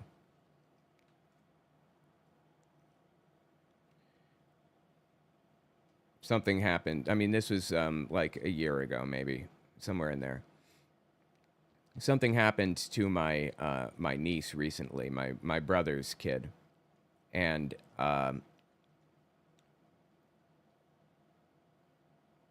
my niece's mom messaged me and asked if I could find out if, like, there's a history of autoimmune diseases or anything in the family. So I said, sure. So I messaged my mom.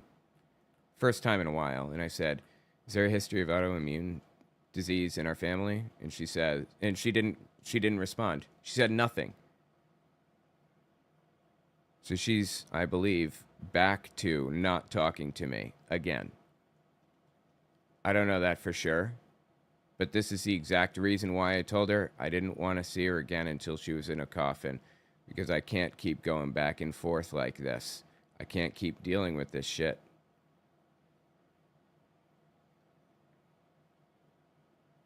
So I don't know what I'm going to do next. I don't know if I'm going to message her again, block her, not even bother. I don't know. Probably not even bother. But it seems like she's ignoring me again. And you know, that's not entirely her. It's partially her. It's partially her fault. But not entirely. It's the religion's fault too. Cade the Squirrel, what's your opinion on Star Wars episodes 1 to 6 and its whole democracy to fascism portrayal? Rewatching it nowadays sort of hits way too hard. I haven't watched it in a while, but when I was little, my dad was super into... Oh, I introduced you to Tool. That's awesome. Super into Star Wars. Loved Star Wars. I watched Star Wars so much. we played Star Wars Trivial Pursuit with an elder in our congregation for a while, and I watched those shows so much it was ridiculous. I remember when episode 1 came out. I was there. I was very little, and I went there with my dad to the theater and my brothers. And they hated episode 1, which tainted episodes 2 and 3 for them and for me. So naturally, I hate 1, 2, and 3, but love 4, 5, and 6 to the absolute core. Anyway, I should watch Star Wars again. I think I watched it again a while back. I just kind of put it on in the background, but I haven't like actually sat down and watched them in a while. Maybe I'll do that. It is spiritual slop. It is a spiritual slap in the face. The one celebration that you get every year. You don't get a birthday, you don't get Christmas, you don't get Easter. What you get is a communion plate that is passed around and you don't get to take any. You get a reminder of the blood and flesh of Christ, the sacrifice of Jesus, and you don't get any. And the only people who do are the pretentious pricks in your congregation who think they actually deserve it. How did you guys survive this? To my ex-JW friends, how did you make it out of this shit alive? Don't really have a choice, do you? You just go through whether you want to or not, and you'll look like a train wreck on the other side, but there is no other option. I can talk to my Catholic or even my ex-Catholic friends and can talk to them about, the nuns were kind of mean when I was growing up. But the beauty of the Eucharist is really what keeps me coming back. Just meditating on the wounds of Christ. That means so much to me, that God loved me this much. And in the Jehovah's Witnesses world, you don't even get that. There's no upside to being Jehovah's Witness. The only upside is community, the community that you get, but you can get that anywhere, first of all. And second, the community in Jehovah's Witnesses is really piss poor. I'm just disgusted by this whole thing, man. It is so shitty. So after they pass the communion plates around, after they pass the wine around, and after nobody takes it, they say, and that concludes our memorial service. And I felt sick. I felt angry. Like, this is the first time in recent memory that I remember feeling angry in a religious service. Like, why the fuck did you call me here? What hope did you offer me? What beauty did you extend to me? I'm disgusted by this shit.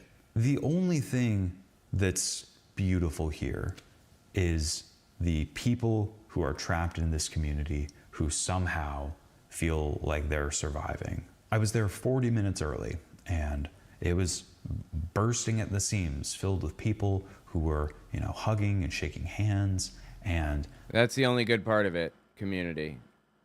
That's why you're there, that's what you're waiting for, that's what you're trying to get more of. There is no upside to the religion beyond that. None. That tiny spark of life of, people trying to get along and commune and cooperate.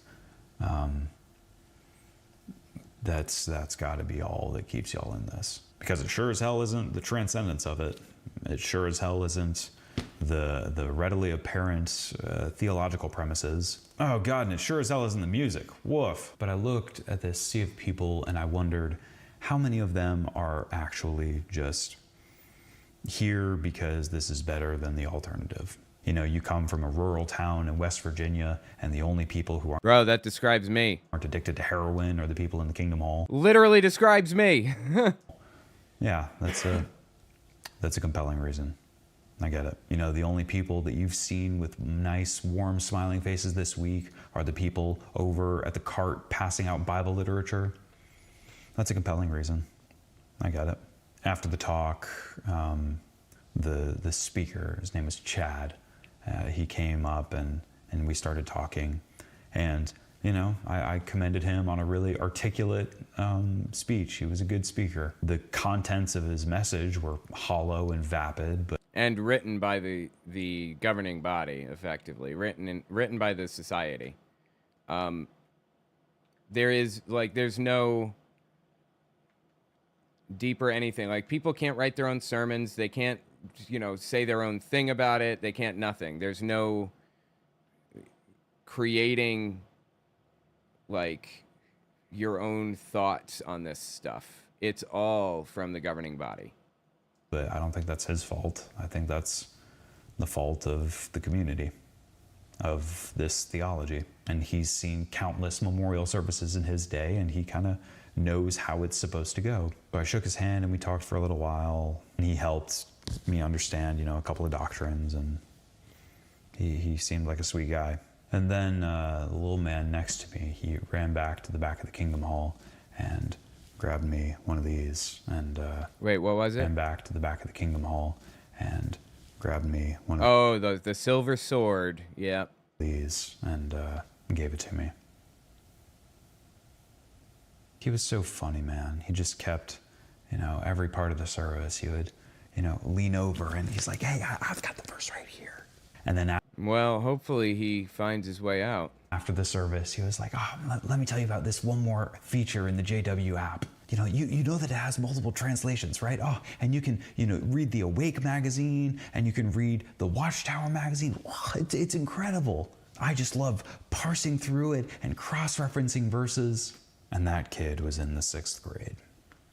And then as I was... But yeah, your whole personality is about it. Again, like, when we played Trivial Pursuit, Star Wars Trivial Pursuit, the dude wasn't an elder. He was a ministerial servant, which is one step below elder, like a deacon. And he was trying to become an elder. And the elders told him, you can become an elder, but you need to stop going over to their house and playing Trivial Pursuit, because it looks like you care about Star Wars more than you care about Jehovah. Star Wars was like the dude's passion. He loved it. It was his whole thing. And he gave it up for Jehovah's Witnesses. Why? There was no reason. Star Wars is not forbidden. He just liked a TV show too much. That's it. You cannot enjoy things in this religion. Leaving, another one of the kids who I, shook his hand on the way in, he pulls me aside and he extends his hand for a handshake, and then he says, 24. And I'm like, he's like, 24. He brought up 24 scripture references in today's talk. Isn't that incredible? Trying to make it all about the Bible.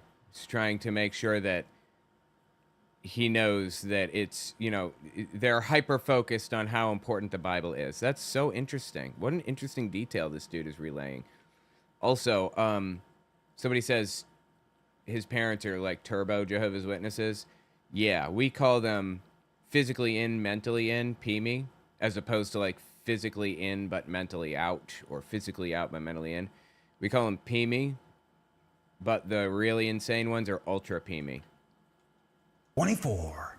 And I'm like, he's like, 24. He brought up 24 scripture references in today's talk. Isn't that incredible? We love the Bible. And again, this kid was like 14.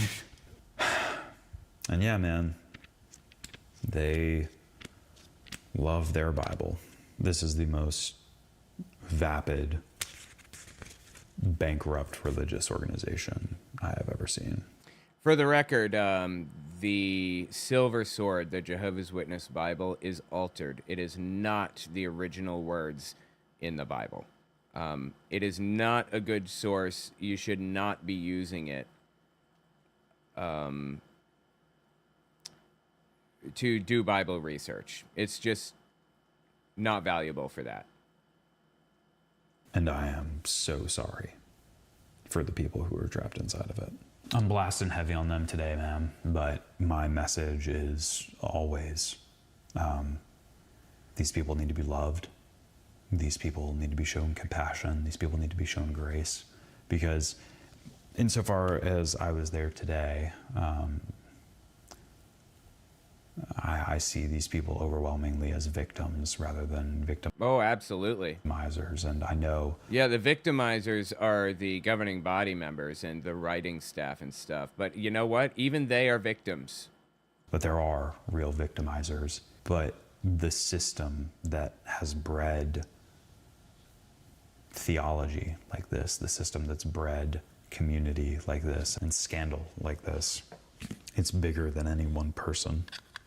I was talking to my new friend, and he was there in his little three-piece suit, and dude, I love three-piece suits so much. His mom was all bashful, and she was like, "Oh, don't bother him. Come on, sweetie."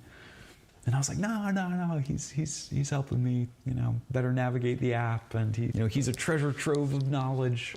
And he was there with his mom, and I don't think that his dad was there. I don't know if his dad's in the picture. And it wouldn't be in the picture if he's not there. Almost guaranteed he's not. A part of me that was like, maybe I should lean over and just whisper in this kid's ear and tell him "Hey man, this is all bullshit." And I started thinking through the ramifications of that, because it's hard, man. It's damn hard.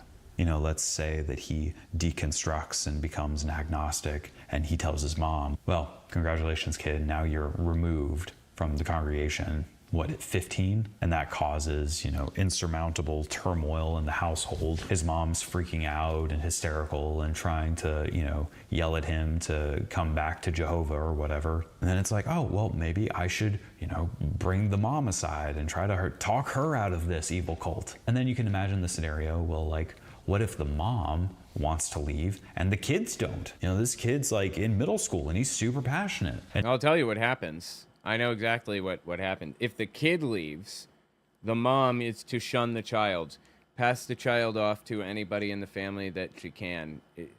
It's an unwanted kid now, in effect. The mom may genuinely be hurt by the fact that she can't talk to the kid anymore, have a normal relationship. That may genuinely hurt.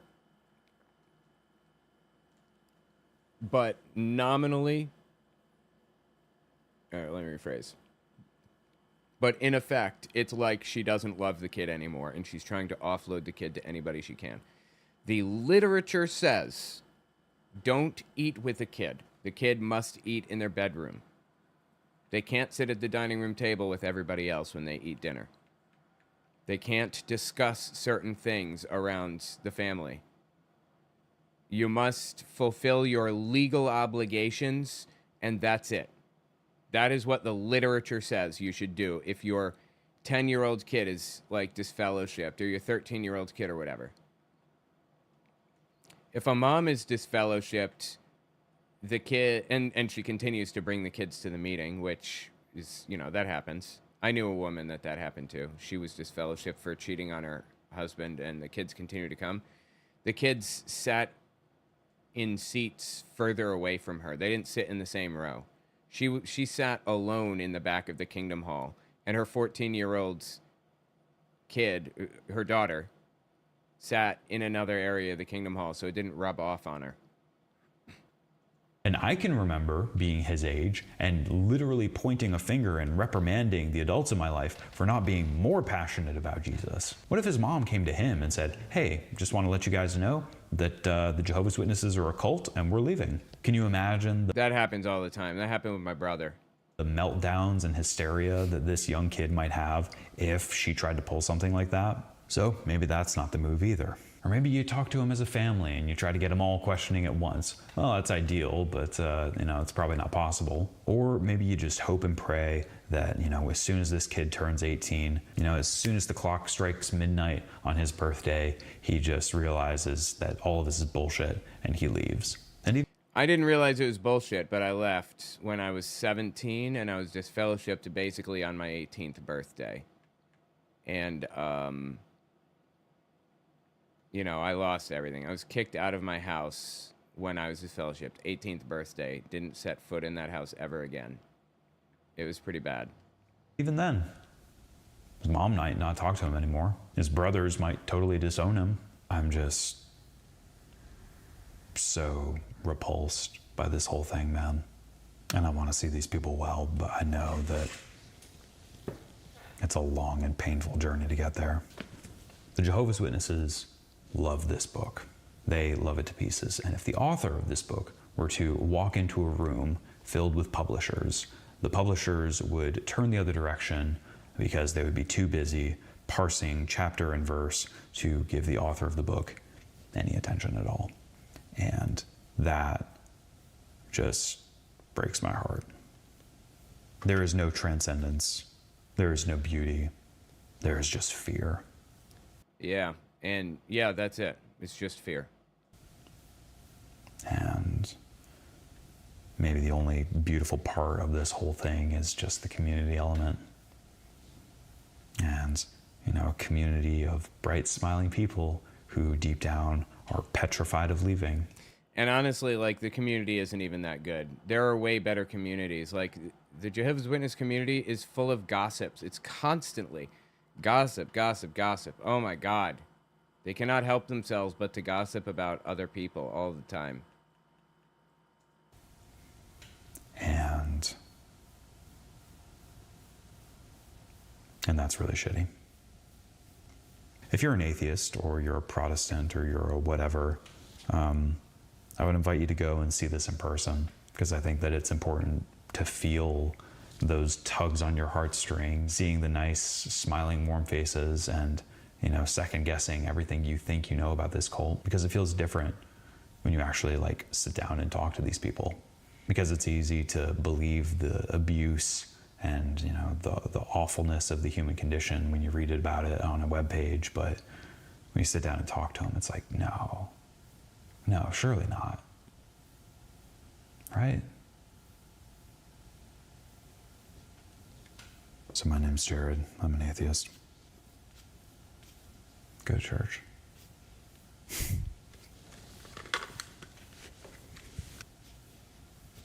That was interesting. Cinematically interesting. Like, the cinematography was really interesting, the way that he did all of that. And yeah, it sucks. It absolutely, most definitely does suck. But we're on the outside now, for any XJWs watching, and we can live our lives and be happy and free and do whatever we want. We don't have to worry about any of that stupid shit anymore. Never again. Anyway. Tell me what you think about it in the comments. All right, it's about that time. I guess I'm going to get off of here. But, yeah, I appreciate you guys hanging out with me. It's been fun. And I will talk to you guys on Sunday. All right? That's why I stepped away from pagan groups long ago. Politicking and power plays are disgusting. Yeah, that's part of human nature, is being shitbags, I guess. All right.